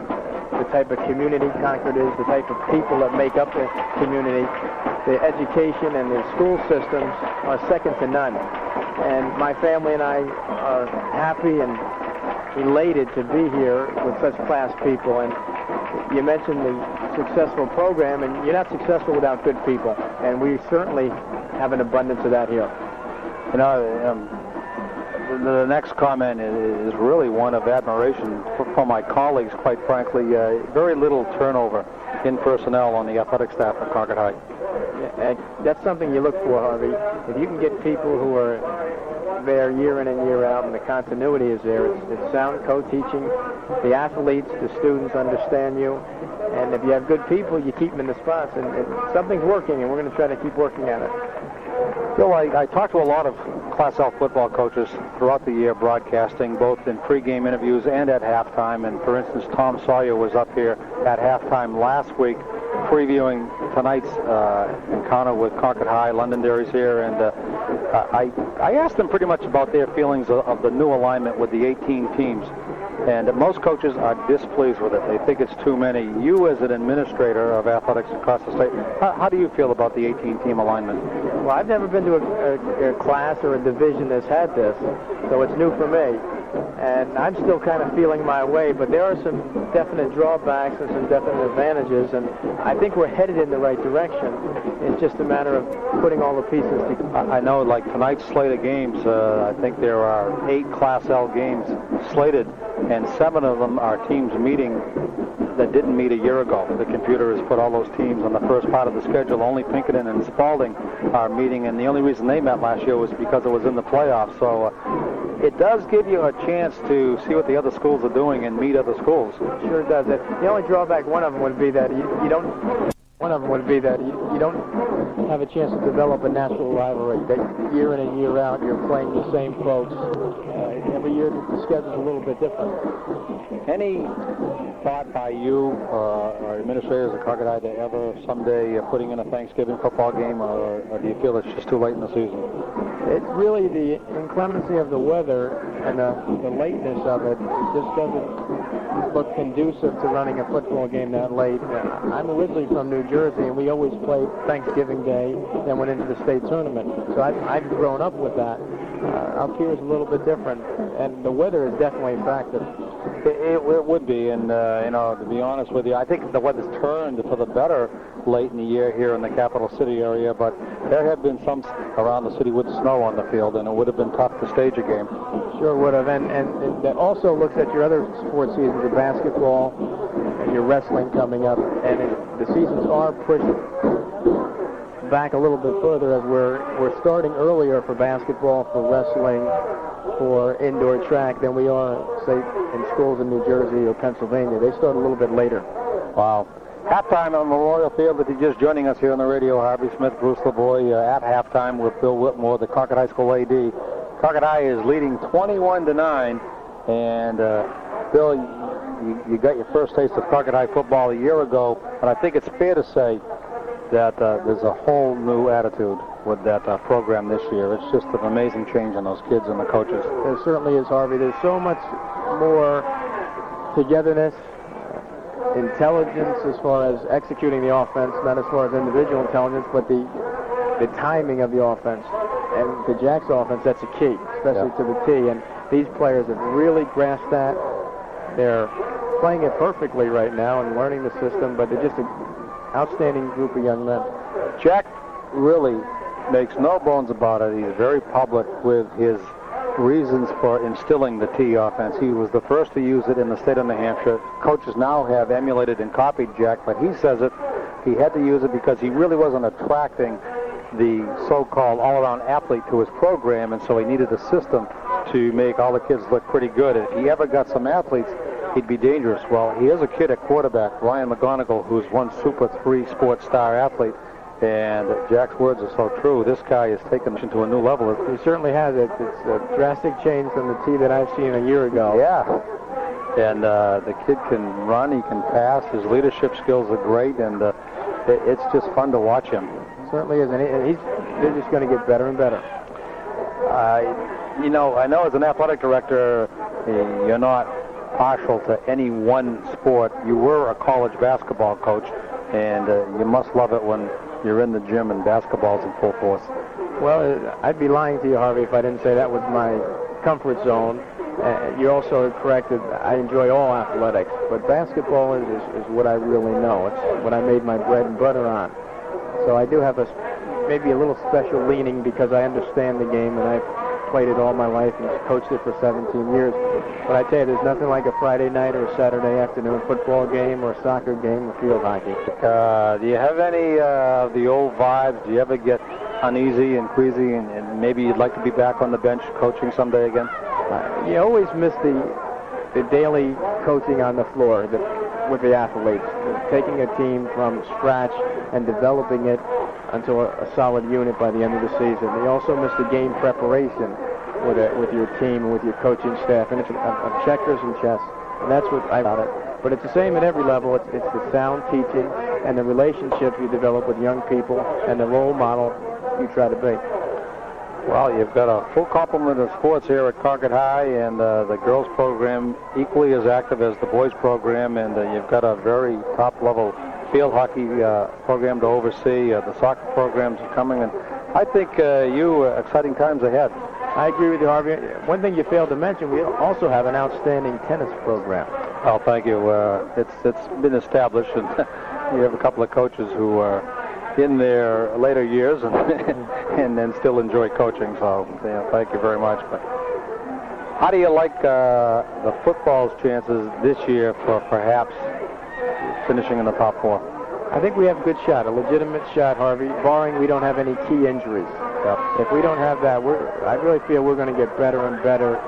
The attitude right now is sound and solid, and they just every day get a little bit better. But the key thing is if we can stay healthy. You've got a very active quarterback club, too. The parents, boosters get involved. How much do they mean to you in administrating athletics and helping you financially?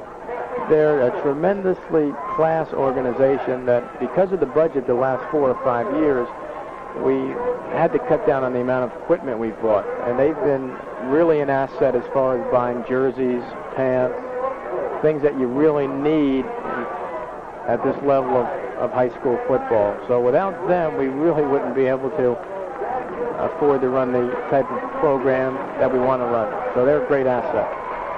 You know, I'd like to see high school football in other states, but it's quite a show here at Memorial Field. You have the football team, which is top-notch every year. You have a cheerleading squad that's nationally ranked and heading to Dallas hopefully in December. You have a band that puts on a great show during the game and at halftime. and first-class equipment. The field looks like a small college stadium, and it can't be like this at every other high school. I mean, this is just too good to be true here at Concord High. I agree with you, Harvey. It's something that it takes a lot of effort from the administration all the way down, and we get great cooperation, but it just reemphasizes the community of Concord. They care and they have a great deal of pride in their whole educational system, and it certainly holds true in athletics. That's why I can't understand why this place isn't packed every game, whether it's a Friday night or a Saturday afternoon or a Saturday evening, because this is the place to be in the fall. It's terrific. Well, listen, Bill, thanks for your time, and hopefully we can hook up and talk a little bit this winter when we get going with our hockey and basketball broadcast. Back to work for you, kid. It's not just watching football. I know you have a lot of things to oversee. Continued success with the athletic program at Concord High, and we at the radio station officially welcome you aboard. I appreciate that, Harvey. Always a pleasure. You're a class act, kid. Go get them. Halftime here at Concord High School at Memorial Field, 21-9. The Crimson lead it. We'll be back with more from Memorial Field right after this. Stay with us. The area's family footwear center, Denroy Shoes at 76 North Main Street in downtown Concord, invites you to the locker room. It's the new locker room at Denroy Shoes, and it's chock full of great Nike footwear and Nike clothing. The locker room at Denroy Shoes has Nikes for men, for women, and for children. The locker room at Denroy Shoes has Nike gym and book bags, Nike hats, Nike t-shirts, Nike sweats, and cool, comfortable Nike nylon jackets and pants.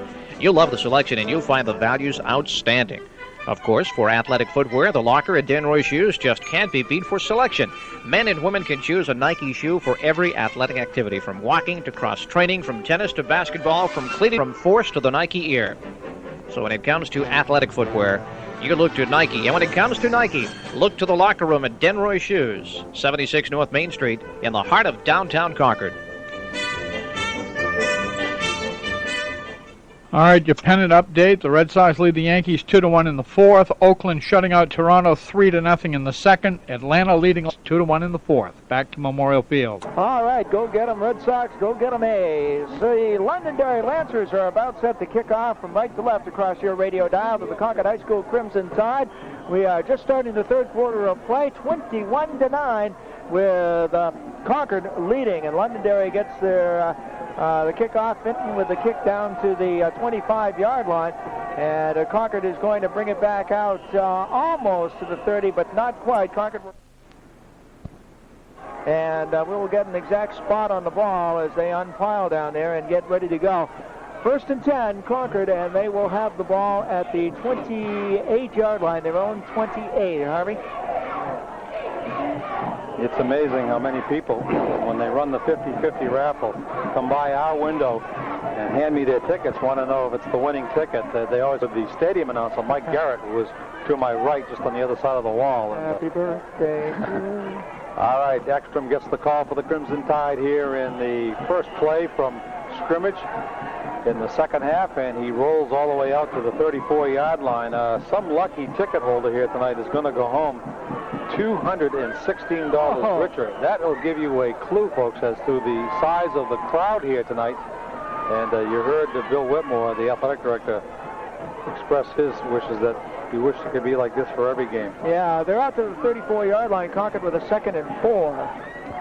All right, McGonigal box signals. He hands the ball to Ekstrom. He rolls across that 35 and cracks ahead to the 36-yard line. And Concord High would like to put together one of those long, sustained drives. As a matter of fact, I thought the key to that championship game 2 years ago that squelched Londonderry's comeback was Concord High's 7.5-minute drive.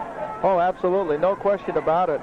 In the third period that took valuable time away from the Lancers. All right, third down and a yard to go to keep this drive alive from their 35. The ball is snapped. It's handed to Milligan. He's got the first down or more. He cracks across the line, gets 10 yards, and he's rolled to the ground out near midfield. They needed a yard. They picked up about 12. Nice run by Andy Milligan of the Crimson Tide. Absolutely nice pickup by Milligan on that play. He gets the ball out, as Harvey mentioned, to the 47, right between the 47 and the 48-yard line. We'll give him the 47. First and 10 for Concord, and that is their 7th first down of this football game. Mike Mayo in at fullback. The call goes to Don Ross, the halfback. He crunches over that right side. Dave Blossage and Eric Woods, the down linemen, blow Jim Watson and Greg Anacone right off the ball. And they allow their ball carrier, Don Ross, to go right up the field for 5 yards. Another nice pickup on the play, Harvey. It is 5 yards, 2nd down and 5 for Concord, and they're into Londonderry territory at the Londonderry 48-yard line. It is Milligan, Ross at half, and Mayo at fullback. McGonigal sees the ball. He hands it off to the fullback into the middle of the line. Goes Mike Mayo, and he's tripped up at Londonderry's 45-yard line. It is 21 for Concord, 9 for Girton, 9.5 to play, period number 3. Not Girton, but Londonderry. There go all the fakes again, and I was following big number 71, Og Young. I remember what I told you. 240 if you can't find the ball 90% of the time, who has it? The fullback. I remember that now. A little clue I picked up. 3rd and 2 at the 45. McGonigal looks at a 4-4 defense. He gives the ball to Milligan. Milligan cracks across the left side. Tom Marshall throws a great block, and he allows Andy to step up and get the first down for the Crimson Tide. It is at the 41-yard line of Londonderry. And it is indeed another first down for Concord High. They appear to be talking to one of the Londonderry players down there. I was looking for a flag, but not the case. I guess the Londonderry player just happened to be there looking at Tom Sawyer over on the sidelines. 41-yard line of Londonderry, Concord 1st and 10. They put a man in the slot on the right side. They hand it to Ekstrom this time. Ekstrom comes up and goes up the middle in a little bit of a halfback trap this time. He gets 3 more yards, and Concord High, keeping the ball on the ground, is putting together a nice little drive here, Bruce. They sure are. Down to the 38, pick up a 3, 2nd down and 7. Happy birthday, as you mentioned, the stadium announcer, and I had mentioned to him at the outing that we had just before the game that I would mention again that tomorrow is Mr. Garrett's birthday. He's old enough to vote, and then some.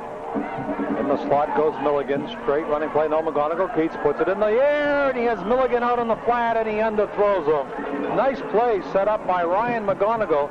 He faked it to the fullback, kept it on his hip, started around the right side, and then threw it to Milligan, who had been in the slot on that right side. But the ball was a little bit underthrown, and they can't connect. It'll bring up a 3rd and 8. And they are at the 38-yard line of the Lancers. I know one thing. If Mike Garrett finds out how many times you've mentioned his birthday tomorrow, he's going to be after you next week, kid. Just about twice. Maybe 3. Twice a bit. In the slot goes Ross on the left side this time. Milligan in the fullback position. Straight give. Into the middle line goes Milligan. He bounces off the tackler. Crosses the 35, down to the 30, down to the 20. Cuts at the 10. Inside the 5. Touchdown, Concord High. What a nice run by Andy Milligan. 41 yards. It was a naked reverse. Everybody went to the left side. Milligan came back to the right side.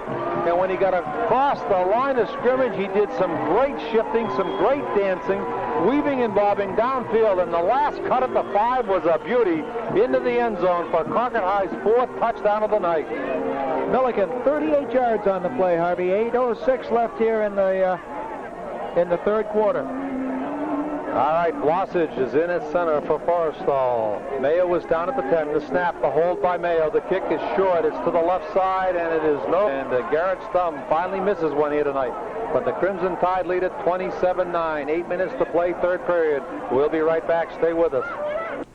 The S&W Sports Shop is having a clearance sale on the entire stock of fishing equipment at 40% off the regular price. That's right, you save 40% off everything in the fishing department at S&W Sports Shop. Quality brand names like Mitchell, Berkley, Shakespeare, and Shimano. Fishing reels, rods, and poles. Tackle boxes, lines, and lures. Everything at 40% off during the S&W Sports Shop's fishing equipment clearance sale. The new 1992 Alpine and cross-country ski merchandise is arriving daily, and room must be made for fall and winter ski products. Come next spring, all new fishing equipment will be available to hook you into the 1992 fishing season. There's still plenty of good fall fishing left, and there's still plenty of quality fishing equipment for you to catch this fall at the S&W Sports Shop at their 40% off sale now in progress. S&W Sports Shop at 238 South Main Street, Concord. Open Monday through Thursday, 9 to 6, Friday evenings till 8, and Saturday you can take advantage of the 40% off fishing sale from 9 a.m. to 3 p.m. And Londonderry, Scott Miller has the football. He rides it from the 5. He's down across the 50, the 40. He's going to go all the way into the end zone. It is a 95-yard run back for a touchdown. Miller, half of it while we are away, and we apologize.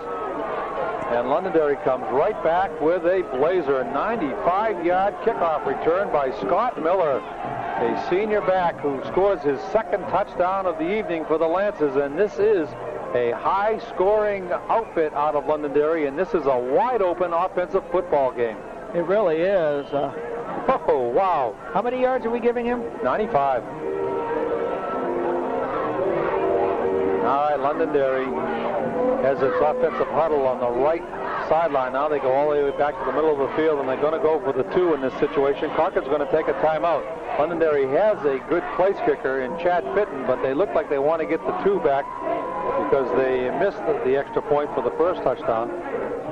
And they do have a field goal, 38 yards out of Chad Fitton, but what an run here by Scott Miller. And if you remember, Bruce, in the second half of the championship game, Tetzelis ran a punt back or a kickoff back 82 yards for Londonderry, only to have it called back. And That's that right. championship, which could have been a critical touchdown at that time. So Londonderry's going to go for the 2 here. It's 27-15. Miller's second touchdown, 73 yards on the first one, 9 yards on the kickoff return. And I'll tell you, that young man is having a big night, just as Ryan McGonigal is, with 2 touchdowns of his own, of 40 and 35 yards. And this has been incredible, to say the least. Concord with a score to put them ahead 27-9. And now Londonderry comes right back on the ensuing kickoff to run it back 95 yards.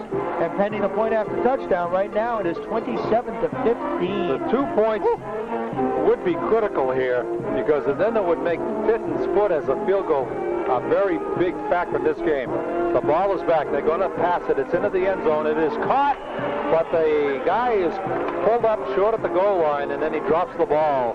So Londonderry's bid for 2 points goes by the board, but they're very much in the game. 27-15. Concord leads at 7th play. We'll keep it right here and give Gardner Hill a little bit of a break down there. We've seen some outstanding runs. McGonigal for Concord, a 40-yard run, a keeper around the left end. McGonigal, a 35-yard keeper around the right side. Both of those coming in the first period. Chad Fitton, a 38-yard field goal. Scott Miller for the Lancers, a 73-yard touchdown run in the first period. And now Scott Miller, a 95-yard kickoff return. We have seen some outstanding runs here tonight. Matt Ekstrom scored the last touchdown of the first half. It was only 5 yards. It doesn't seem like he should have even broken a sweat on that one. So Concord will have the football after Londonderry kicks off here. It's 7:53, and this second half is getting off to the same start that the first half ended on. Now, this is what the fans came out for. They love to see offense. Here's Chad Fitton from the 40-yard line, puts it up into the field night, and he comes out of the arc lights. It is dropped at the 10-yard line, picked up there by Ekstrom, and he moves up to the 15, can't make it quite out to the 20-yard line, and Concord High will put the ball in play right from about their 17-yard line, and it was Shane Stafford and not Matt Ekstrom that fielded that kickoff. I don't want to get anybody snake bit, Harvey, but there's been only 2 turnovers in this game so far, both of them interceptions by the Concord secondary, and not a fumble to be seen any place that was lost. There was a couple of bobbled balls that were picked up and carried away by the person who should have handled them cleanly to begin with, but it's been a very, very well-played football game, except every once in a while we get bogged down with some penalties here and there. And now we have the officials coming over to the Concord bench to talk things over with, well, not Jack Gaddy. He is wandering down toward the huddle of several of the Concord coaches now, and I don't know if there's a problem with the clock. They seem to be looking toward that end of the field. Well, they're looking towards their coaches in the booth up here with headsets. They're looking to that end of the press box, not to the clock end of the press box. But, you know, you still wonder if there isn't maybe something wrong with the clock, because it was an extremely long first half. I did talk to the head timekeeper here. It's from the Boosters Club tonight. Last week, Dennis Pope had a turn. Tonight, Jerry said there were more out-of-bounds plays and more stoppages of the clock than he can remember, and he's a very good high school official, so they're lucky to have him up here running the clock. And he just says there were an unusual amount of plays that stopped that clock in the first half. There sure were. The on-off switch and the whole rest of the scoreboard, courtesy, of course, of the Concord High School Quarterback Club. Bishop Brady Boosters Club had a big part of this. Concord Pop Warner football program, and we'll mention them again in just a second here. And Bob Hines and the folks up at the Coca-Cola Bottling Company of Belmont with a big hand in getting this brand new nifty scoreboard here at Memorial Field in time for the kickoff of the 1991 season last week. We had mentioned, in fact, I had mentioned to you during one of the timeouts during the first half, one of the many, that there were a lot of cheerleaders around in red, white, and blue uniforms of London, and yet they had C's on their front. Well, the Pop Warner group had a big ceremony here at halftime. All right, with the football is Andy Milligan. He comes across the right side, cracks over the 20, up to the 30, up in the midfield, in the Lancer territory. All down from behind at the 37-yard line of Londonderry. And yet another big run in a series of here tonight by both of these high school football. Andy Milligan gets his shot, and he runs it all the way down to about the 37-yard line. Milligan picks up the 9th first down that Concord High has in this game, and boy, Concord is really showing that they have a lot of offense here. Londonderry, too, for that matter. Down to the 38-yard line. Londonderry wants a timeout. They're disorganized. They have about 18 to 19 ball players on the field, and they can't make the transition. And so they're going to take a timeout. 27-15, Concord leads it. We'll be right back. Now's the time to outfit sports teams for the fall season, and Bernie Sports in Concord can make it easy. Instead of traveling all over the state, let Jim Burney come to you at your home or office. He'll show you the latest in uniforms, sports clothing, and equipment. Hi, I'm Jim Burney. At Burney Sports, shopping is easy because we come to you. So if you're about to sports teams, give Burney Sports of Concord a call now at 224-2131. That's 224-2131 for Burney Sports. Milliken with the carry from his own 27 down to the Londonderry 38-yard line for the first down to pick up a 35 yards on the play. And here we are with yet another stoppage in play, Harvey, and we might be here for a while. It's already 10 minutes past 9. You're tuned to the good listening sports voice of the Capital Region, WKXL 1450 AM. And if time allows, we've got to say that now, we will be joining Red Sox baseball. At the last check, they led 2-1. In the fourth inning against the Yankees down there in New York. 7:16 left here in the third quarter. All right, T formation from the 37-yard line. Don Ross gets the call. Left side goes up between the tackle, Old Young, and the end, Blake Savoy. Slashes ahead about 4 yards, and then there's a fumble and a big pileup down around the Londonderry 35. They unpile, and Londonderry has that football. First turnover for the Crimson Tide tonight, and it's going to cost them. Well, I said I didn't want to get anybody snake bit, and I guess that's exactly what I did. There is the first fumble of the football game, and Londonderry recovers. They have the ball 1st and 10 going from right to left at their own 36-yard line, Harvey. Well, let's see what the Lancers do here. The last time they produced a 95-yard kickoff return. Now that Brian Smith, the talented senior quarterback, is going to get his hands on the football once again. He sends Greg Smith, senior end, flanked out way right, 20 yards on the right side. He puts Jeff Burton in the slot on that side, and he sends Scott Miller right up the middle. The wide open formation didn't fool Concord High. They stop it at the line of scrimmage. They did. He didn't go any place on that play as Concord had it sniffed out from the get-go. As again, the Concord defense was right there when he handed off the ball, and it looks like they're spotting it right back to the 35, so we're going to give them a loss of 1, although they haven't moved the down marker any, but the ball is definitely further back in Londonderry territory than it was. We're still going to call it a 2nd and 10, I guess, but now they're right at the 35-yard line. Ring the ball up to that 35. They send triple receivers out on the left side, and they put a man in motion out to the left side, and they give it to the fullback. There's a fumble on the play. The quarterback dives for it. A Concord player is on the field, and he has the ball. He beat Brian Smith to the football, the quarterback, and on that football, it looks like it is Tom Marshall on the fumble recovery. Yep. Marshall was one of the leading defenders a week ago. He had 4 tackles on his own, an interception and a fumble recovery a week ago, and he pounces on that football here tonight. Boy, you really do have all the stats this week, don't you?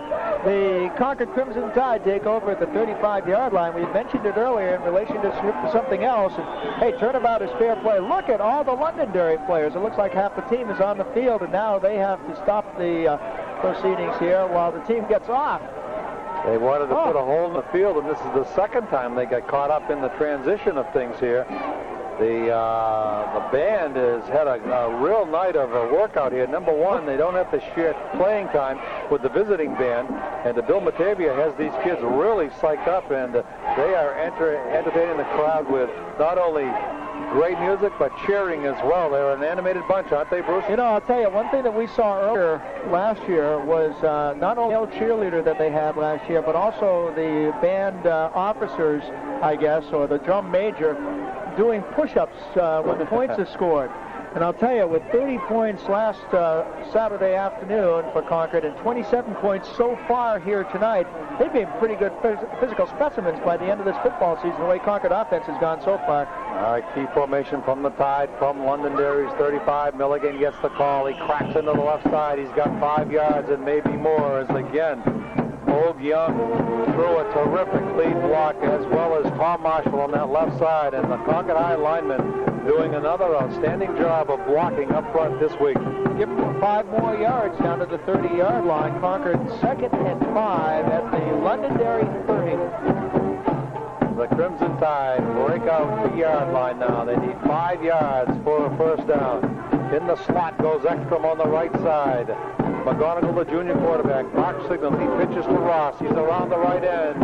And as he turns the corner, he's slammed into, and a flag is down on the field. A good open field tackle right there by Greg Heinecone, the linebacker on that side. And they're talking to the Londonderry people right here, which would indicate that the penalty's coming up against Concord High.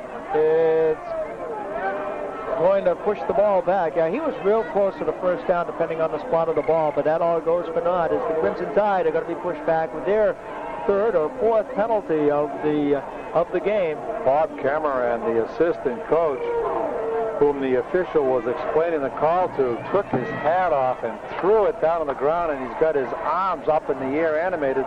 Finally, the official comes over and says, "Here's my call," and Bob's protesting it, and you can tell he's very vocal, Bruce. He's upset with the call. But the official got about 10 yards and then kind of veered off to the side as he didn't want to get any closer to that hurricane, I'll tell you. If you have ever heard Bob Cameron lose it, you don't want to hear him. He gets mad. He gets really mad. Okay, Concord's going to lose basically back to the 38-yard line. I would say penalties are starting to become a factor in this ball game. I would like to think it's been a great offensive show by both teams, but I'll tell you, the team that survives the penalty now, Milligan in the slot, right side, Mayo and Ekstrom behind the quarterback. McGonigal keeps. He's going to go around the right side after taking the pass, comes across the 35 and dives up ahead toward the 30-yard line, and Ryan McGonigal, the big junior quarterback, lumbers around that right side. Ryan took a pretty good hit right about the middle of the ribs, too, from a couple of players, but he gets up, he's back on the field okay. And interestingly enough, just before he crossed the line of scrimmage, and you said he played a heck of a game last week from the neck up, he took a look over to the left side of the field to see if anybody was open, because he could see that he was going to get nailed pretty good. Nobody was, but it's a pickup of 6 yards on the play, and it brings up a 3rd down and 7 for Concord High. Maybe a long 6. The right side in the spot. The pitch is to Shane Stafford. He goes up off a Milligan block and gets to the 30, and the flags are down again in the same area. The exact same area that cost Concord High before. Well, let's see what the call is this time. Again, they are talking to Londonderry. Offside motion procedure against the Crimson Tide. Well, the good news is it'll stay 3rd down instead of a 4th down. Maybe not. Maybe they'll refuse the penalty and take the 4th and make them punt. It looks like they're marking off the football, Harvey, so I like that on that call. At any rate, it's going to bring up a 3rd down and 12, the ball back at the 37-yard line. Well, you know, Concord High has a fairly good kicker itself in Garrett Stum, and he had a 28-yard field goal last week, and the Londonderry coaches were here, and they saw that field goal, and the further back they can move that ball, the tougher it is for Garrett to get 53 yards is a little bit out of his range, I think. Absolutely. All right, 3rd down and 12 for the Crimson Tide. Ball's at the 37-yard line. Milligan slot to right side.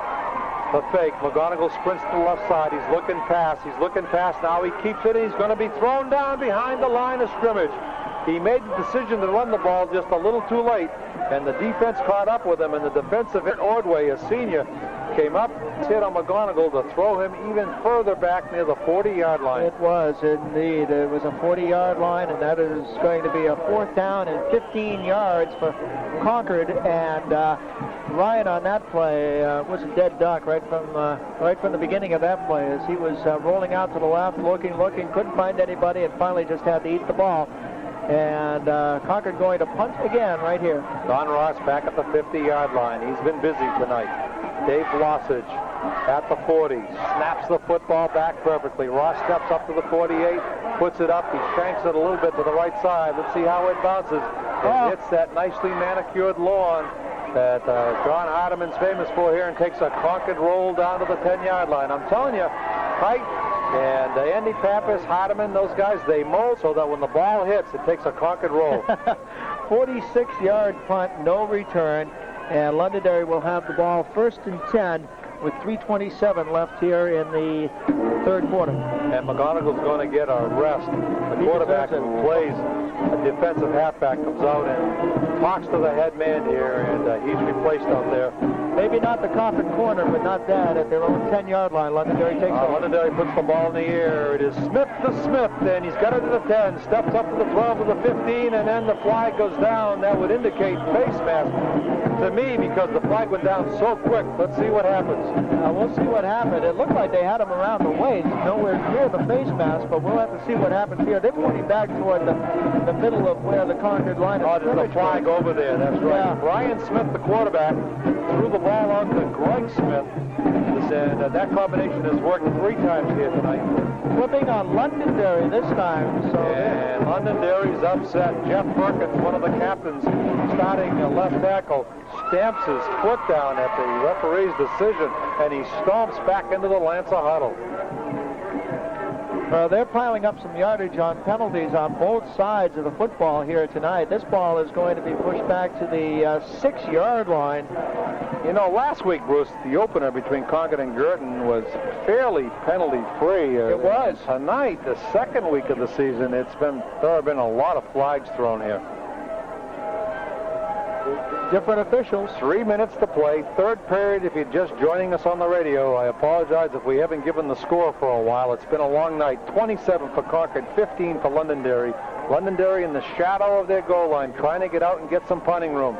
Straight handoff to the fullback, up across the 10 to the 12-yard line. Scott Miller has been a busy runner for the Lancers here tonight. Nice little pickup by Miller out there to the 12, as Harvey said, and that's a pickup of 6 yards on the play, and it will bring up a 2nd down and 8. Both of these head coaches here have just a lot of football. They have combined for 212 games between them. There's a lot of brain trust, and between them they have 150 wins, 5 titles, and 5 runner-ups. No wonder we're seeing an outstanding show here tonight. No question about it. All right, it is a straight give. The halfback has it. He crosses the left side, turns the corner. The quarterback on the keeper. Smith out to the 20, out to the 30, turns it at the 35, and gets ridden out of bounds.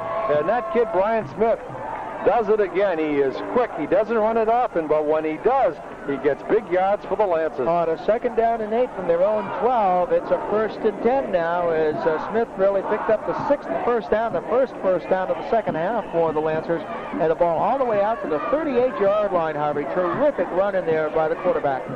Green Giants of Bishop Brady will travel to the coast tomorrow to take on Somersworth Hills Poppers. Of the game on the radio, but we will have reports for you late in the afternoon. Halfback in motion. Smith draws back to the drop play. The fullback has it. He comes up to the 40, and then 5 Concord High kids wrestle Mr. Miller to the ground. I'll tell you what, that was like the old...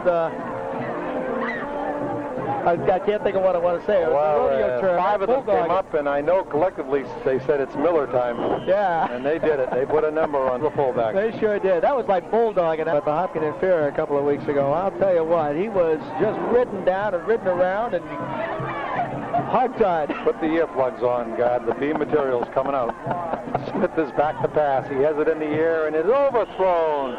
The intended receiver, Smith, on the other end. A Smith at quarterback and a Smith on the end, and it doesn't connect. And it'll bring up a 4th down for the Lancers, and I believe Chad Fitton will have to punt for the 2nd time here tonight. Has he punted more than once? Yes, a couple of times. This is actually 3rd down play, Harvey. 3rd and 7.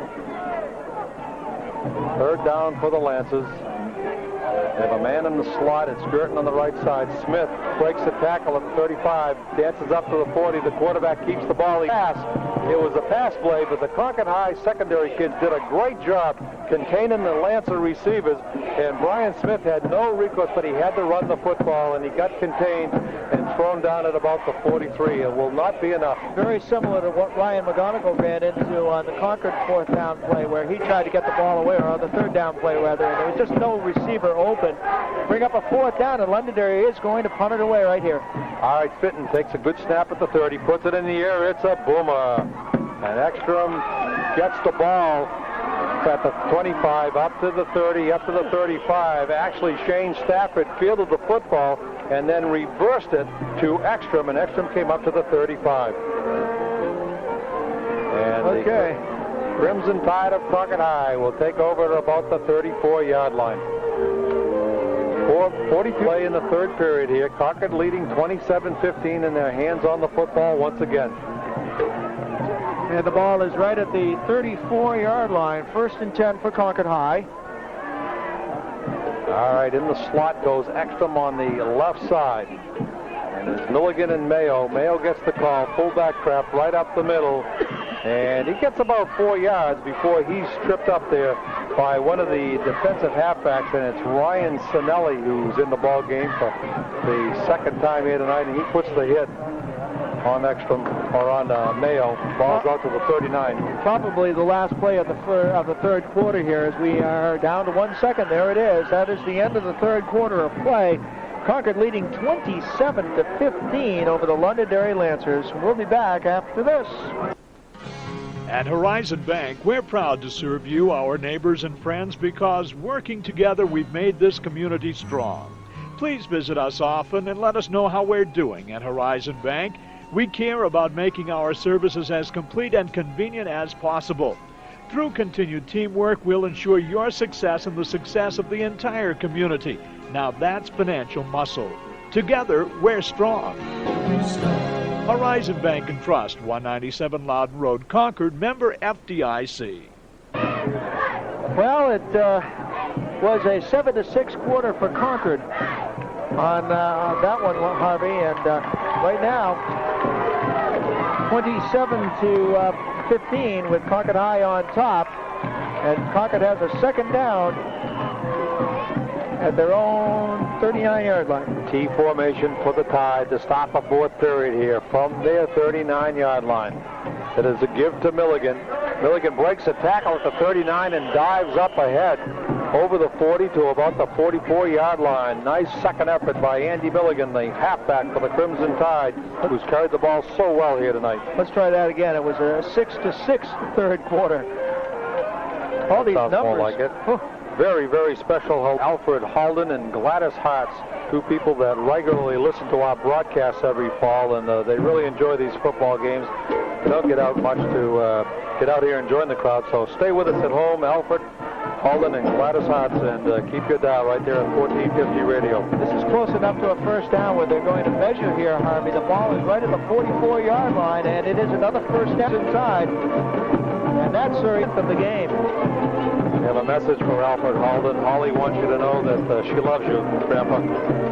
Yeah, go out and get some bread and milk on your way home, all right? And Gladys' little girl, Ruth Ann, she's probably in the crowd here somewhere. She loves football here at Concord High. All right, 11:52 to play. 27-15 Concord. They have the football, 1st and 10 at the 44-yard line. Their 44, T formation. Everybody in tight, straight give, fullback. Right up the middle goes Shane Stafford. He gets a couple of yards. And it doesn't seem that Concord High has established that fullback trap here yet in 1991. We know that has gone for great yardage in the past 4 years, Bruce. The halfback trap, though, the new wrinkle has gone several times here tonight. Well, everything else is working so well, they really have to go to it at this point. probably there someplace. Flanked out now is the halfback Milligan in the 2nd and 8 situation. Ball is at the 46-yard line. The pitch is to Ekstrom. Ekstrom comes across that left side. Helping play. Sure was. If they give him forward progress, he's got the first down, and this is going to be awfully close. And if I had to predict anything right here, I would say we're going to have another measurement as the ball has to get to the 46-yard line, and that's where the ball sits. And we are indeed going to have a measurement coming across from the far side of the field here, as it looks like enough for the first down from here. We'll have to wait and see. Next week, Concord High will be in Derry, New Hampshire, and I think it'll be the first time that a Crimson Tide football team ever put their athletic feet on field. They have played in recent history, but I don't think they've played at Pinkerton. I could be wrong, and we will check that more in detail before next week's game. But nonetheless, it'll be our first ever broadcast from Pinkerton Academy. They have a tremendous athletic complex down there. It should be quite a show. That's what I understand. I'm looking forward to it. It is indeed a first down for Concord. They're 11th of the ball game at their Londonderry 46-yard line, 1st and 10. Ross in the slot on the left side. McGonigal box signals. He pitches back to Stafford. He drops the ball at the 50, picks it up, runs to the 45-yard line. Nice recovery by Shane Stafford, and then a flag well after the ball went out of bounds by Stafford.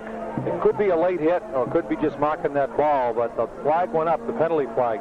That was thrown with enthusiasm. That's not just a marking the ball. That was an infraction of some sort. Could be a face mask, because that flag was thrown with a lot of... It is against Londonderry. It sure is. And it's a personal foul. Yep.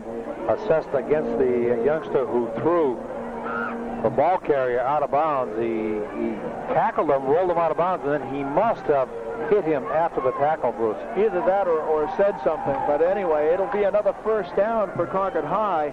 And this is the first one via the penalty route. And this is going to set Concord up in real good shape now as they are inside the 30-yard line down to the 26-yard line. 1st and 10 Concord at the Londonderry 26. John Forrestal, 6 foot, 200-pound center, breaks out over the ball. He's joined there by McGonigal, the junior quarterback. It is a pitch. Back to Shane Stafford, left side, across the 30, across the 20, down inside the 15, and ridden out of bounds at the 10-yard line. Nice play by the Crimson Tide. McGonigal, a quick pitch to Stafford, his fullback, and he rolled it all the way down to about the 12-yard line now after the spot of the football. But yet another first down for the Tide, as they can get another first down. It's not a first and goal. They get a first down without getting a score, but they are down to the 12, as Harvey said. Rob Sawyer threw a terrific block. Oh, he did. 6'6" end on that side, and he has to come up. He has a malfunction of his helmet. He has an equipment problem and can't be in there. So they put Ross on the left side in the slot out of the backfield. Handoff is to Mayo. He cracks across the right side inside the 10-yard line. Nice block thrown there by Dave Velocich and Eric Woods. John Forrestal also blew the nose guard, Rick Fortier, out of there, and it allowed Mayo to go up in there for some tough yards. Inside the 10 now, down to the 7-yard line. 5 on the play, brings up a 2nd and 5. Thought to have Ross come in as a replacement. That's not a bad substitution. No. Concord has some depth this year. They're a good football team. Now Sawyer comes back on the field, gives the play to McGonigal, and Blake Savoy, the sophomore, hands off. So Sawyer will line up on the left side, and Gary Gott will line up on the right side, the two ends. Ross goes in the slot out of the backfield on that left side, and the flag goes down. Sawyer, the giant of the clan, according to Tom Sawyer, the Londonderry coach, the biggest Sawyer he's ever seen. I tell you, you should have gotten that kid to paint the fence. Would have needed a ladder. That's the truth. Okay, the call goes against Concord High. Too much time. Ball back out to the 12-yard line, back to the original line of scrimmage. So it'll bring up a 2nd down and 10 at the line of the Londonderry Lancers. Mayo heads out, and Shane Stafford heads into that fullback slot. Split backs behind McGonigal, a pitch to Stafford. He turns the corner on the right side, heads up across the 10, and bulls his way down to the 5-yard line. Concord High trying to cement this thing and put the Lancers away finally. They lead at 27-15, 9:47 to play, and a touchdown here would just about do it. They're going to mark the ball at the 7-yard line, which is their pickup of the 5 yards again, so it'll bring up a 3rd down and 5. Let's see what the Crimson Tide come up with from their 5-yard line. the T formation. Everybody in tight behind McGonigal.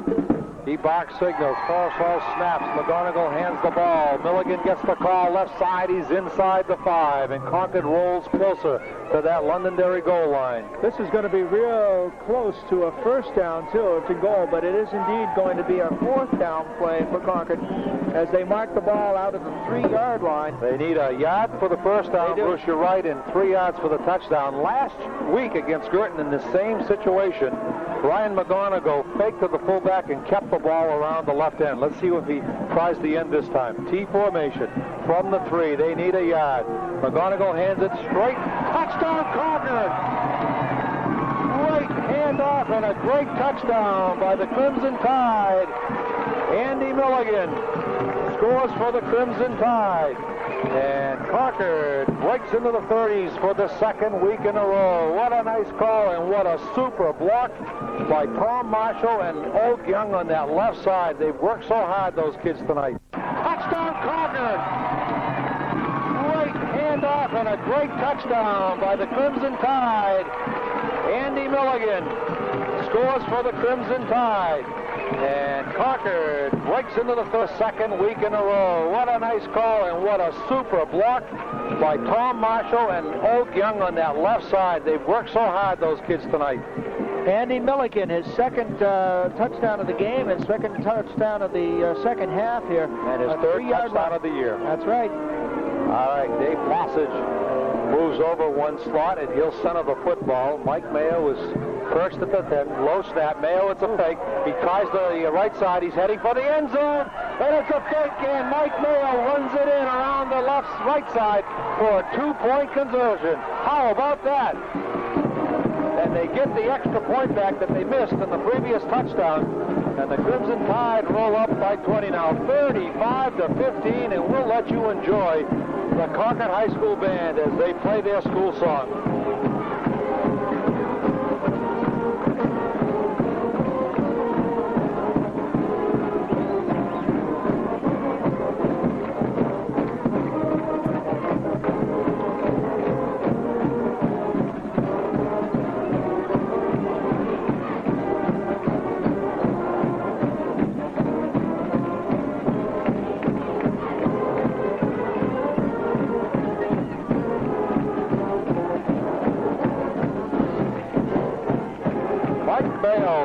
Starting fullback does the holding on extra point situation, and doesn't that play right into Jack Gaddy's scheme of things?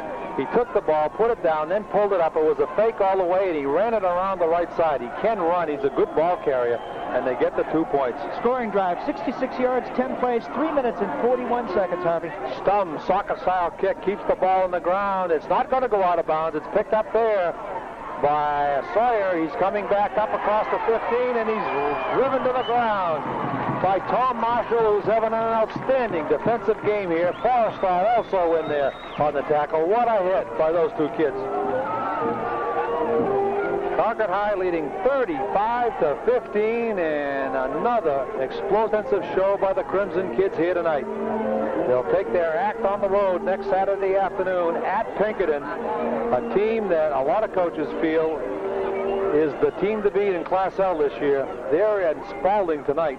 We'll try to have that before we go off the air. All right, straight give by Londonderry, and around that end it goes the fullback, and he picks up a couple of yards, and Scott Miller has been a busy young man for Londonderry tonight. They're going to give him about 6 yards on that play, Harvey, out to the 26-yard line.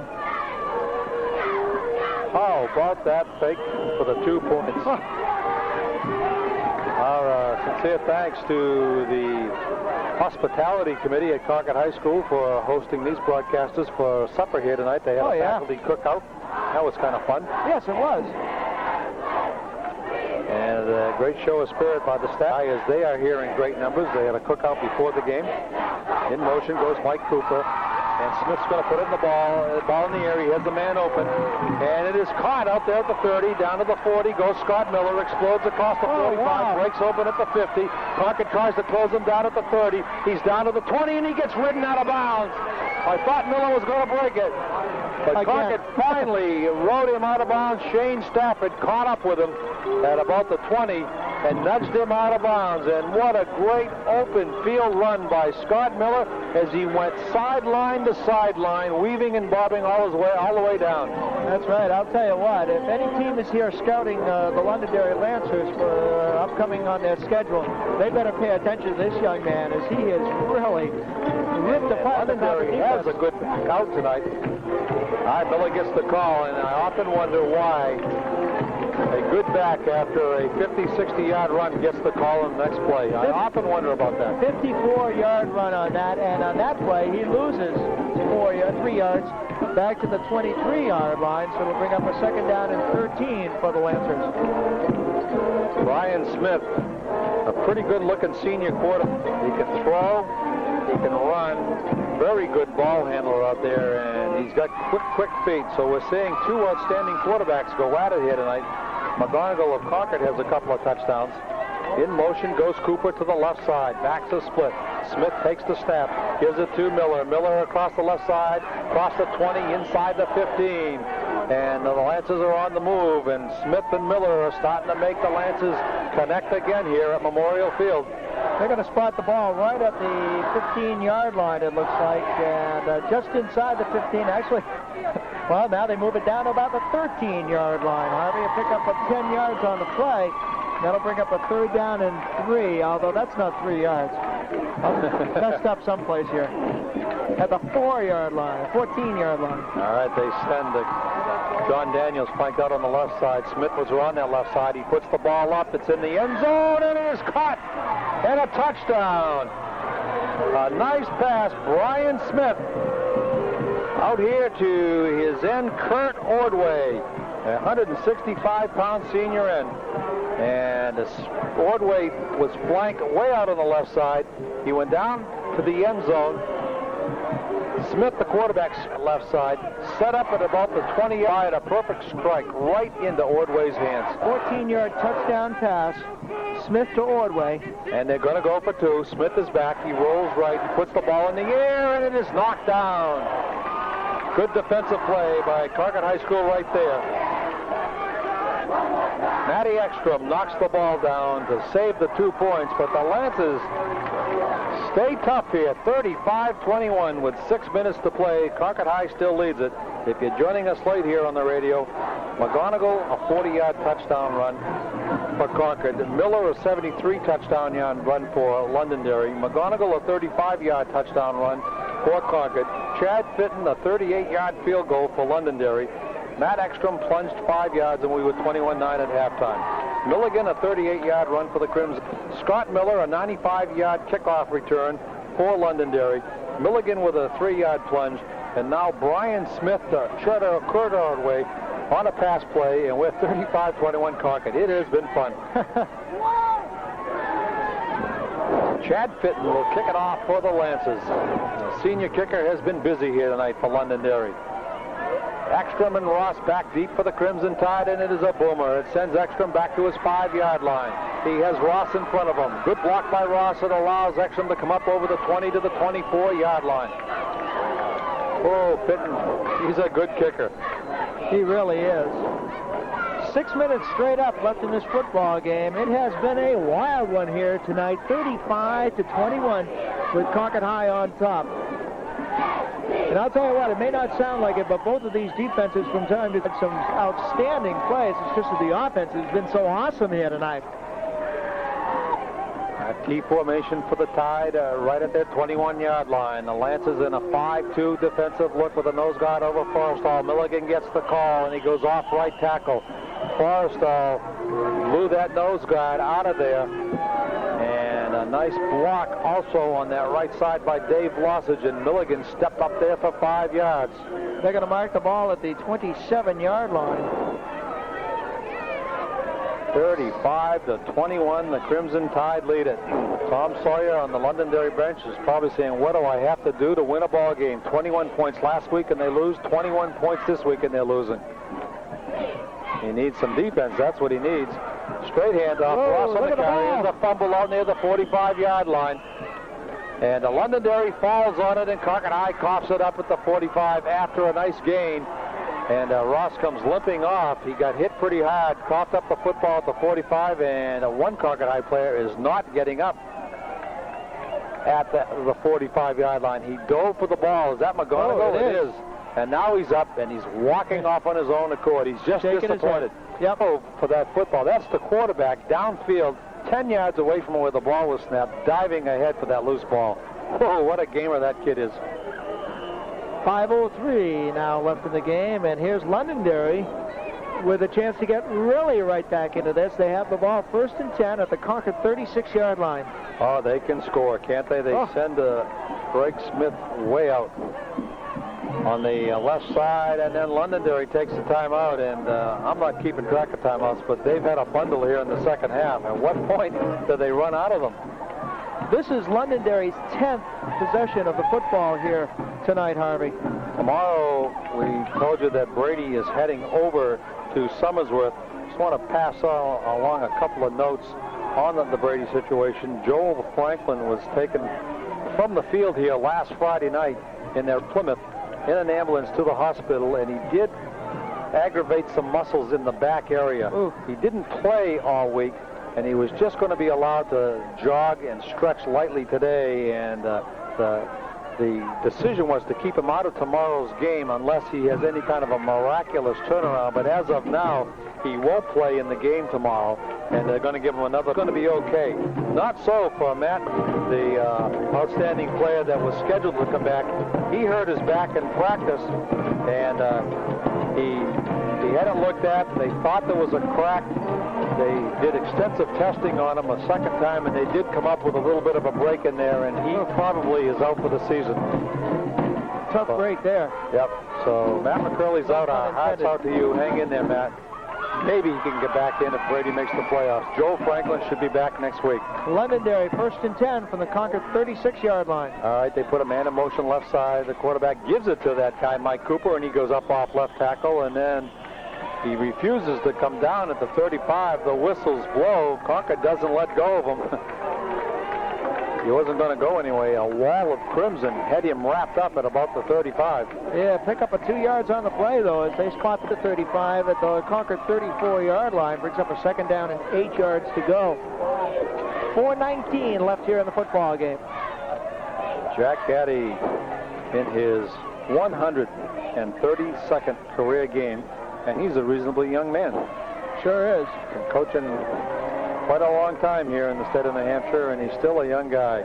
All right, the option, it's the shotgun formation. Brian Smith takes it, steps up off left tackle, and picks up some decent yardage. How about that? The shotgun formation by the Lancers.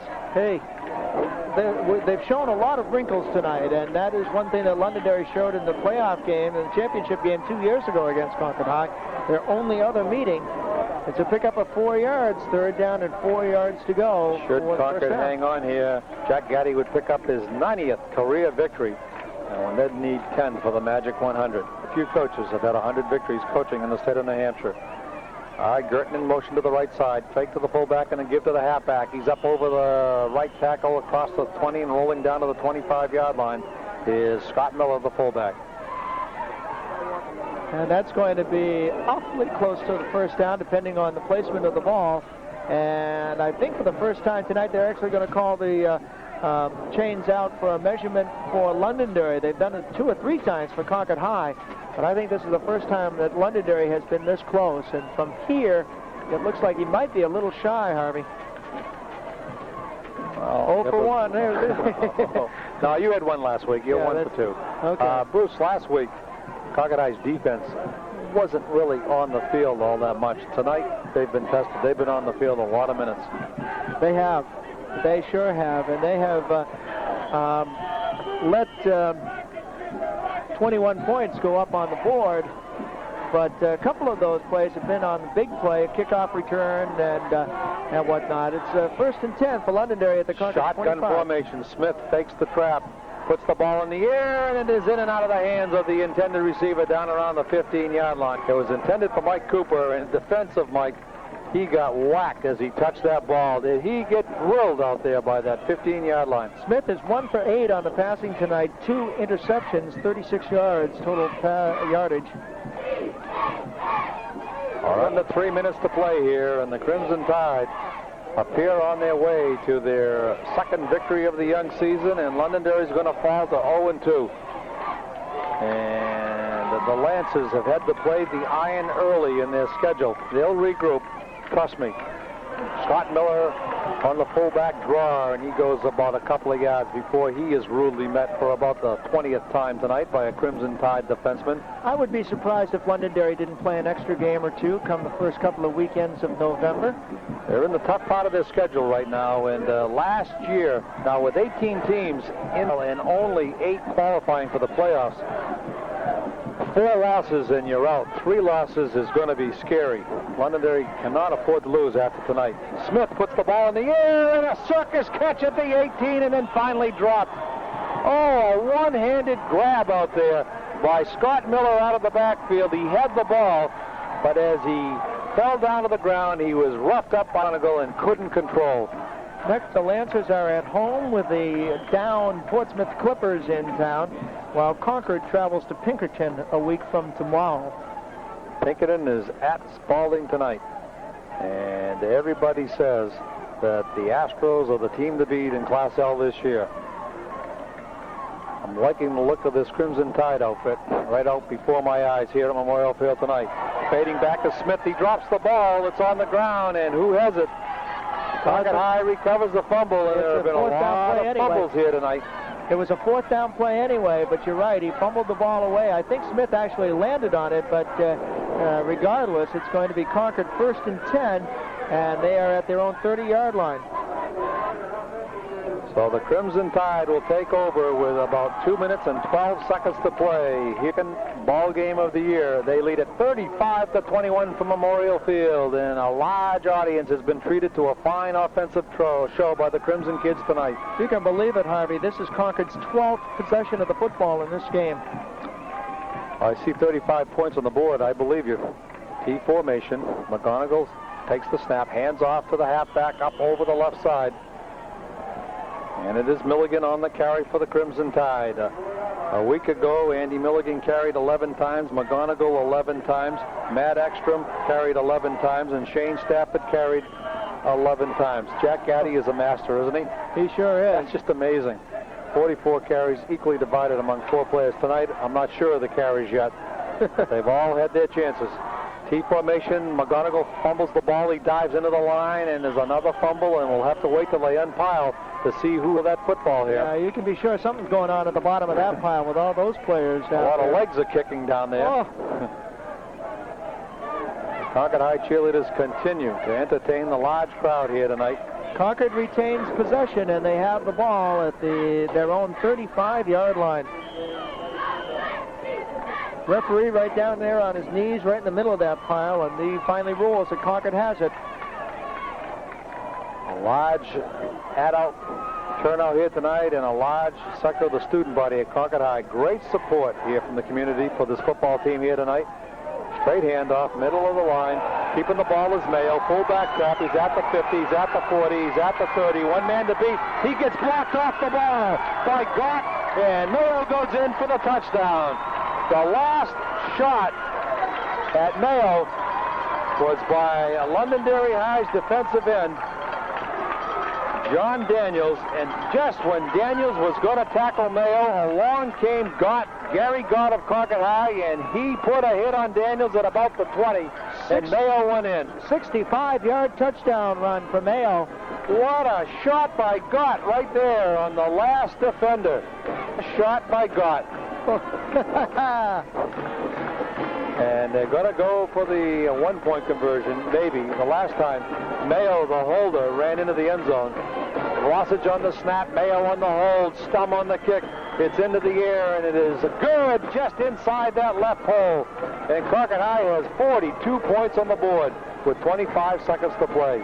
We'll keep it right here and give our engineer a rest back there at the studio. So Mike Mayo comes up with his first touchdown of the season, and Mike Mayo has scored a touchdown in each of his sophomore, junior, and now his senior year, and he's been an offensive force for the Crimson Tide. And he's the youngster that has been sick Over the last 2 weeks, he told us a week ago here, Bruce, on the radio, that he'd be playing more defense than offense, and he's got to be happy right now. Oh, absolutely. A night show by the Crimson Kids here tonight, and they lead it 42-21. You ever had number block? Well, I don't see how you keep track of all that with your broadcasting duties. Bruce does a nice job keeping track of the statistical information for us here. Gott checks with his lineman, puts his leg into the ball, he scribbles it, trying to prevent the long run back. And the near back has it at the 30, breaks the tackle, and only gets 3 yards on the run. And that was Brian Vanderhoof. He's a junior, the second-string quarterback, and I think Vanderhoof's going to get some snaps of the football here as Tom Sawyer empties his bench, and Concord High is going to win this thing 42-21. What a great show. And Mayo with a 65-yard run, was it? Something like that. Yeah, 65 yards for Mike Mayo. And a great block by Gary Gott. All right, let's see what Vanderhoof can do with the football. He's going to put it in the air. He's going for the downs. Oh, what a spiral, and almost picked off by Stafford, and the flags are down. And the time has run out, so the penalty flag is immaterial unless the penalty is against Concord High, and you can't end on a defensive penalty. And then, wait a minute, hold up the festivities here. Flag down around the 40-yard line. The flag wasn't thrown anywhere near the intended receiver, Bruce. I didn't see interference. I did not either. And it looks like Londonderry's going to get one more snap of the ball. They're calling pass interference out there. I didn't see it. And it was an uncatchable ball to begin with. It was well overthrown. Well, the receiver might have been held up by somebody back just beyond the line of scrimmage. But at any rate, well, it's not going to be pass interference because they're bringing it back to the original line of scrimmage and then marching out 15 yards against Concord. So that's what pass interference is in high school. It's from the line of scrimmage. It's not at the point of the infraction. Okay. So and I've never been comfortable with that rule for high school, but I guess the coaches are. They march 15 yards from the line of scrimmage. Ball is at the 48 of Londonderry. Vanderhoof will get one more chance to put his talented arm into play. He goes back. He puts it in the air. Long pass. It's headed downfield, and diving and missing the ball is Greg Smith, and that's going to officially end this contest here tonight. One of the longest nights in Concord High football history. Well, and the Crimson Tide finally close it out 42-21, and they move up to 2-0 on this 1991 season as the two teams exchange pleasantries out at the midfield, and the coaching staffs head for each other, and Jack Gaddy gives Tom Sawyer a hug right at about the 50-yard line. And what an offensive show by the Crimson Tide kids here tonight. 42 points. It'll be interesting to talk to Jack during the week to see if he's concerned about the 21 points up on the board, but when you have a wide-open offensive show like tonight, you got to expect some points are going to be against you, and Londonderry has been able to put points on the board. Remember, they've only been shut out once in their 82-game football history in 10 years at Londonderry High School. So Tom Sawyer's been the only coach. He's a master at getting his kids ready to attack defenses, and I think in the final analysis, the T formation did Londonderry here tonight. We're going to come back and wrap it up briefly for you and look ahead to next week right after this timeout. Stay with us here on the radio. Concord 42, Londonderry 21. We'll be right back. You know, high school sports are a source of great interest and pride, not only for the schools involved, but the communities they represent. High school sports help bring a community together, providing a common focus to care about and to cheer for. Now, because of this important role in the lives of our communities, high school sports are about a lot more than winning and losing. They're about working together and growing together. And that's why high school sports are such a tradition in the Capital Region. And the Capital City law firm of Rath, Young, Pignatelli, and Oyer, on behalf of its clients and friends, is pleased to be a part of this tradition by helping to bring these broadcasts to our community. And even more pleased to be part of a community that cares so much for its young people.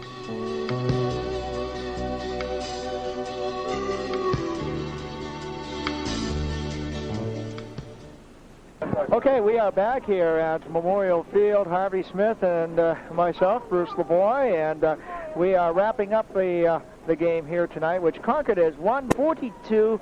42-21. It was a incredible offensive output by both sides here tonight, and some yardage really piled up on both sides of the football tonight. Concord won the first quarter by a score of 14-6. Concord got off with a 40-yard touchdown run by Ryan McGonigal. Garrett Stum, the point after touchdown. 55 yards, 5 plays, 2 minutes and 8 seconds, and Concord led 7-0. Londonderry came right back. A 73-yard touchdown run by Scott Miller. Chad Fenton, the point after touchdown. 73 yards on just one play. It took 12 seconds, 7-6. The kick by Fenton, by the way, was no good on that. So 7-6 Concord. 35-yard touchdown run again, this time by Ryan McGonigal. One more time. Capped off a 70-yard, 8-play, 3-minute and 25-second drive. Garrett Stum, the point after touchdown, and Concord led 14-6. We ended at the completion of the first quarter. In the second quarter, Chad Fitton, that has a talented right foot, put a 38-yard field goal right through the uprights and had plenty of room to spare. He could have been out at 48 yards and still gotten that ball through. It made it 14-9 at the time, and that was the closest that Londonderry would get. Concord would come right back on an 85-yard drive, 2 minutes and 36 seconds, 6 plays, a 5-yard touchdown run by Matt Ekstrom. The point after touchdown by Stum was good, 21-9, and that's where we were at halftime. Incidentally, that 5-yard run, well, I'm not going to say that because I see one further down that negates what I was just going to tell you. So we'll just kind of skip over that. Concord would take the opening kickoff of the second half and march 77 yards on 9 plays, 3 minutes and 48 seconds. Andy Milliken, a 8-yard touchdown run. Stum, the point after touchdown, was no good, 27-9.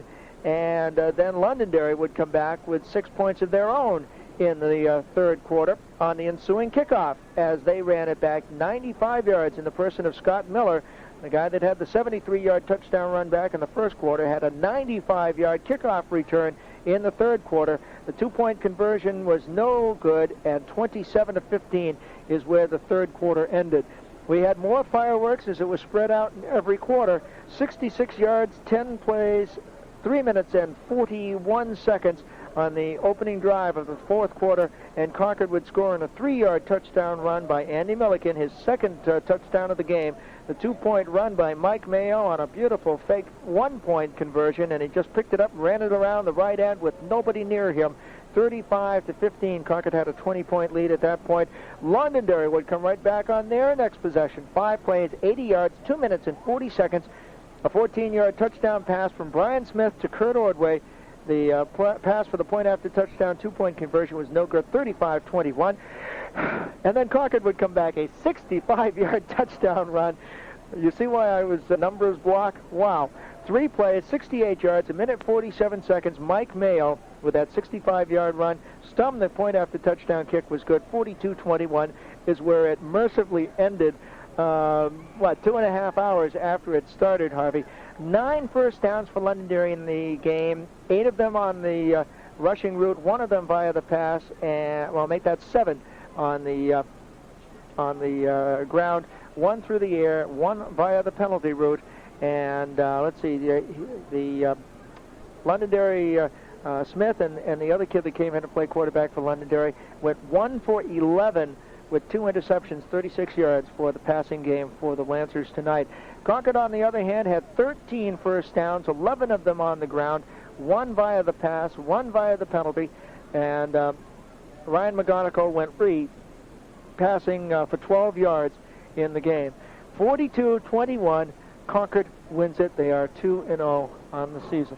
What a lot of offense here. I tell you. They needed a new scoreboard to keep track of all these points. So Concord High, the old one would have burned up. 72 points in its first 2 games. Would it be fair to say Jack is back? Back, no question. And 91. Jack Addy, the head coach at Concord High, wins his 90th career game here tonight, and he's 1941, 36-16 at Concord High School, and just a tremendous program that he has put forth here at Concord High School. Tom Sawyer falls to 61-21, and that's not bad. Tom Sawyer, the head coach of Londonderry High School, is the only coach in their 10-year history. And as a matter of fact, they celebrate their 10th anniversary of football at Londonderry tomorrow. It was 10 years ago tomorrow that Londonderry played its first ever football game in the history of that school, and they came out with a 7-6 overtime decision against Exeter. Tonight here at Memorial Field, though, a great show. Crimson Tide, as they put 42 points up on that scoreboard. And the main reason, folks, I'm telling you, the main reason, 6'4", 240 pounds, offensive tackle, Og Young. Og, how you doing? Hey, how you doing? Great. What a nice game you guys had. Oh, yeah. And you know what, the line gets credit for, or the backs get credit for all those touchdowns. You guys were opening huge holes here. Yeah, well, you know, we knew coming into the season that we had a big, experienced offensive line.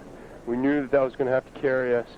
You know, our defense, as Coach says, we're just a couple steps away from having an excellent defense. But right now, we got to beat them with our offense. And the key to that offense, Coach's offense has always been just a big offensive line, fire out, open up the holes, 3.5 yards it down. It's very important.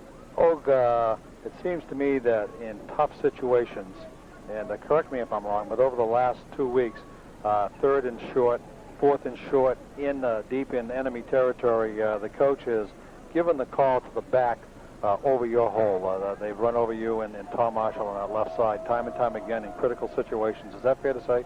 Yeah. Well, you know, it's what a 4-5 season last year teaches you.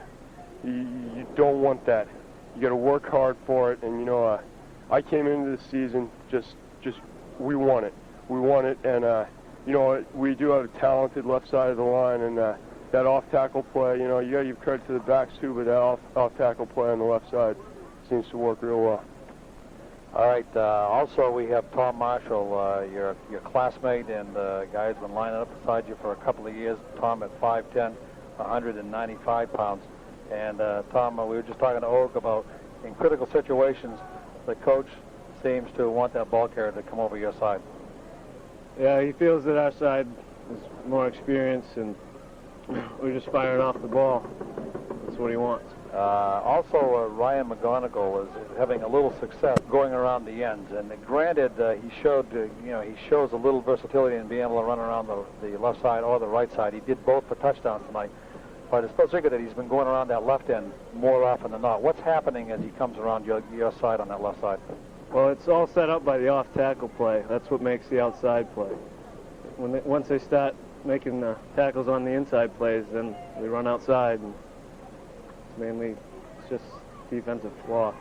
You also, Tom Marshall, had a nice game at your inside linebacker position and had a interception so far here in 91. You've had a fumble recovery in 91, led the team in tackles a week ago, and I'm sure you're going to be able to lead it tonight. How do you like that inside linebacker position? Well, it's the best position out there. They made it for you, kid, right? Oh, yeah. I just think that Concord's so fortunate to not only have talented linemen, but to have good kids like Og. And you had to know, coming off last year's 4-4 season, that you two seniors were going to have to be counted on for leadership as well as for blocking and defense. Didn't you know that? Yeah, I think we're a lot closer as a group this year. Last year we only had like 5 seniors, and it was tough to mix in juniors and seniors. But this year we're all basically a senior team. Og, you look up at the scoreboard and you see 4 on the Concord High side, and it won't say that Tom Marshall scored touchdowns in the paper tomorrow, but you must have a deep sense of pride the more points you see up there. Yeah. Well, you know, it's what you work for in a football game. It's what you live for during football season, seeing those points go up. Well, I just want you to know that here at the radio station that we give linemen every bit as much credit as we give the halfbacks. And I think that this year I'm getting a sense that you guys have a pride in your line work, but there seems to be such a cohesiveness and such team unity that you're all for one out there. Is that a fair assessment, Tom? Oh, yeah. Every time somebody scores 10 or 11 other fists go up in the air to celebrate. It's like you all scored. Yep. And it all works as a team. Well, you know, another aspect to that we've really worked on this year is not only the side that the play is on, but the backside people, the people on the other side of the line. They will make the goal because, you know, I got nothing against our backs. They're great and they run hard, but we just don't have the quickness that a team like Londonderry has. And it's those backside guys getting downfield, making the blocks that make those long ones go. Coming into tonight, you knew you had a good chance, but were you concerned about Londonderry's quickness, knowing that perhaps you guys give away a little foot speed where you're so big? Yeah. Coach was warning us all week. You know, they're a quick team. Even more important than that, they're a quick team that won't give up. They played Spalding, the defending state champs, last week, and they just made that a really good football game. And that's what we knew that if we came in here and played to the best of our ability, we were going to do what we did. And but we were a little worried because they are a quick team, and that's something that we are lacking in a little bit. Well, final question. Tom Marshall, one of the co-captains, 2 wins now, 2-0 the Crimson Tide, and you guys have your hands full next week when you go to Derry to play Pinkerton. You got to get ready for them. What do you think? Yep, we got to take it one game at a time, and I think we'll have a good week of practice. We have 3 hard days this week. We'll do our best. Okay, listen, you guys go back to the locker room, celebrate in the locker room, get some rest this weekend because you know it's going to be a hard work week. You know what Coach Gaddy's like when you have the big game coming up. And you guys got one up on the backs. Tell them that you had fun on the radio tonight, and you enjoy that, okay? All right, thanks a lot. Thanks a lot. Nice going, fellas, and we'll see you down at Derry next week. We'll be down there. All right. Nice going. Tom Marshall and Og Young. Super job by the Crimson Tide here tonight, and I tell you, they are a together bunch, and thanks for them for... these guys play both ways too, Bruce, and you can see they're tired. Their jerseys are soaked right through their pads, and they work hard. And I think the one thing that probably shouldn't be overlooked here is the hard work that these football players put in getting ready for this season. Absolutely, and boy, they did work well. Og's a big kid. I mean, he's standing outside the booth. He's almost as tall as I am, and I'm inside the booth. I'll tell you what. He's the heavyweight wrestler at the high school, and I want to tell you, it's fun to stay around and watch those matches. The gym thunders when he's on the pad. Oh, I guarantee it. A couple of real nice young men there, too. Yep. Well, that's going to do it. Final thoughts, sir, as we get out of here? Let's go home. Okay. I'm tired. Next week we will be at the Pinkerton Academy in Derry. Coaches' interviews at about 1:10, kickoff at 1:30 in the afternoon. The final score here from Memorial Field: Concord High wins their second in a row, 42-21. They are up 2-0 in the season and in first place. Our broadcast tonight of high school football brought to you by the Allied Insurance Agency at 500 South Street on the Bowtown line.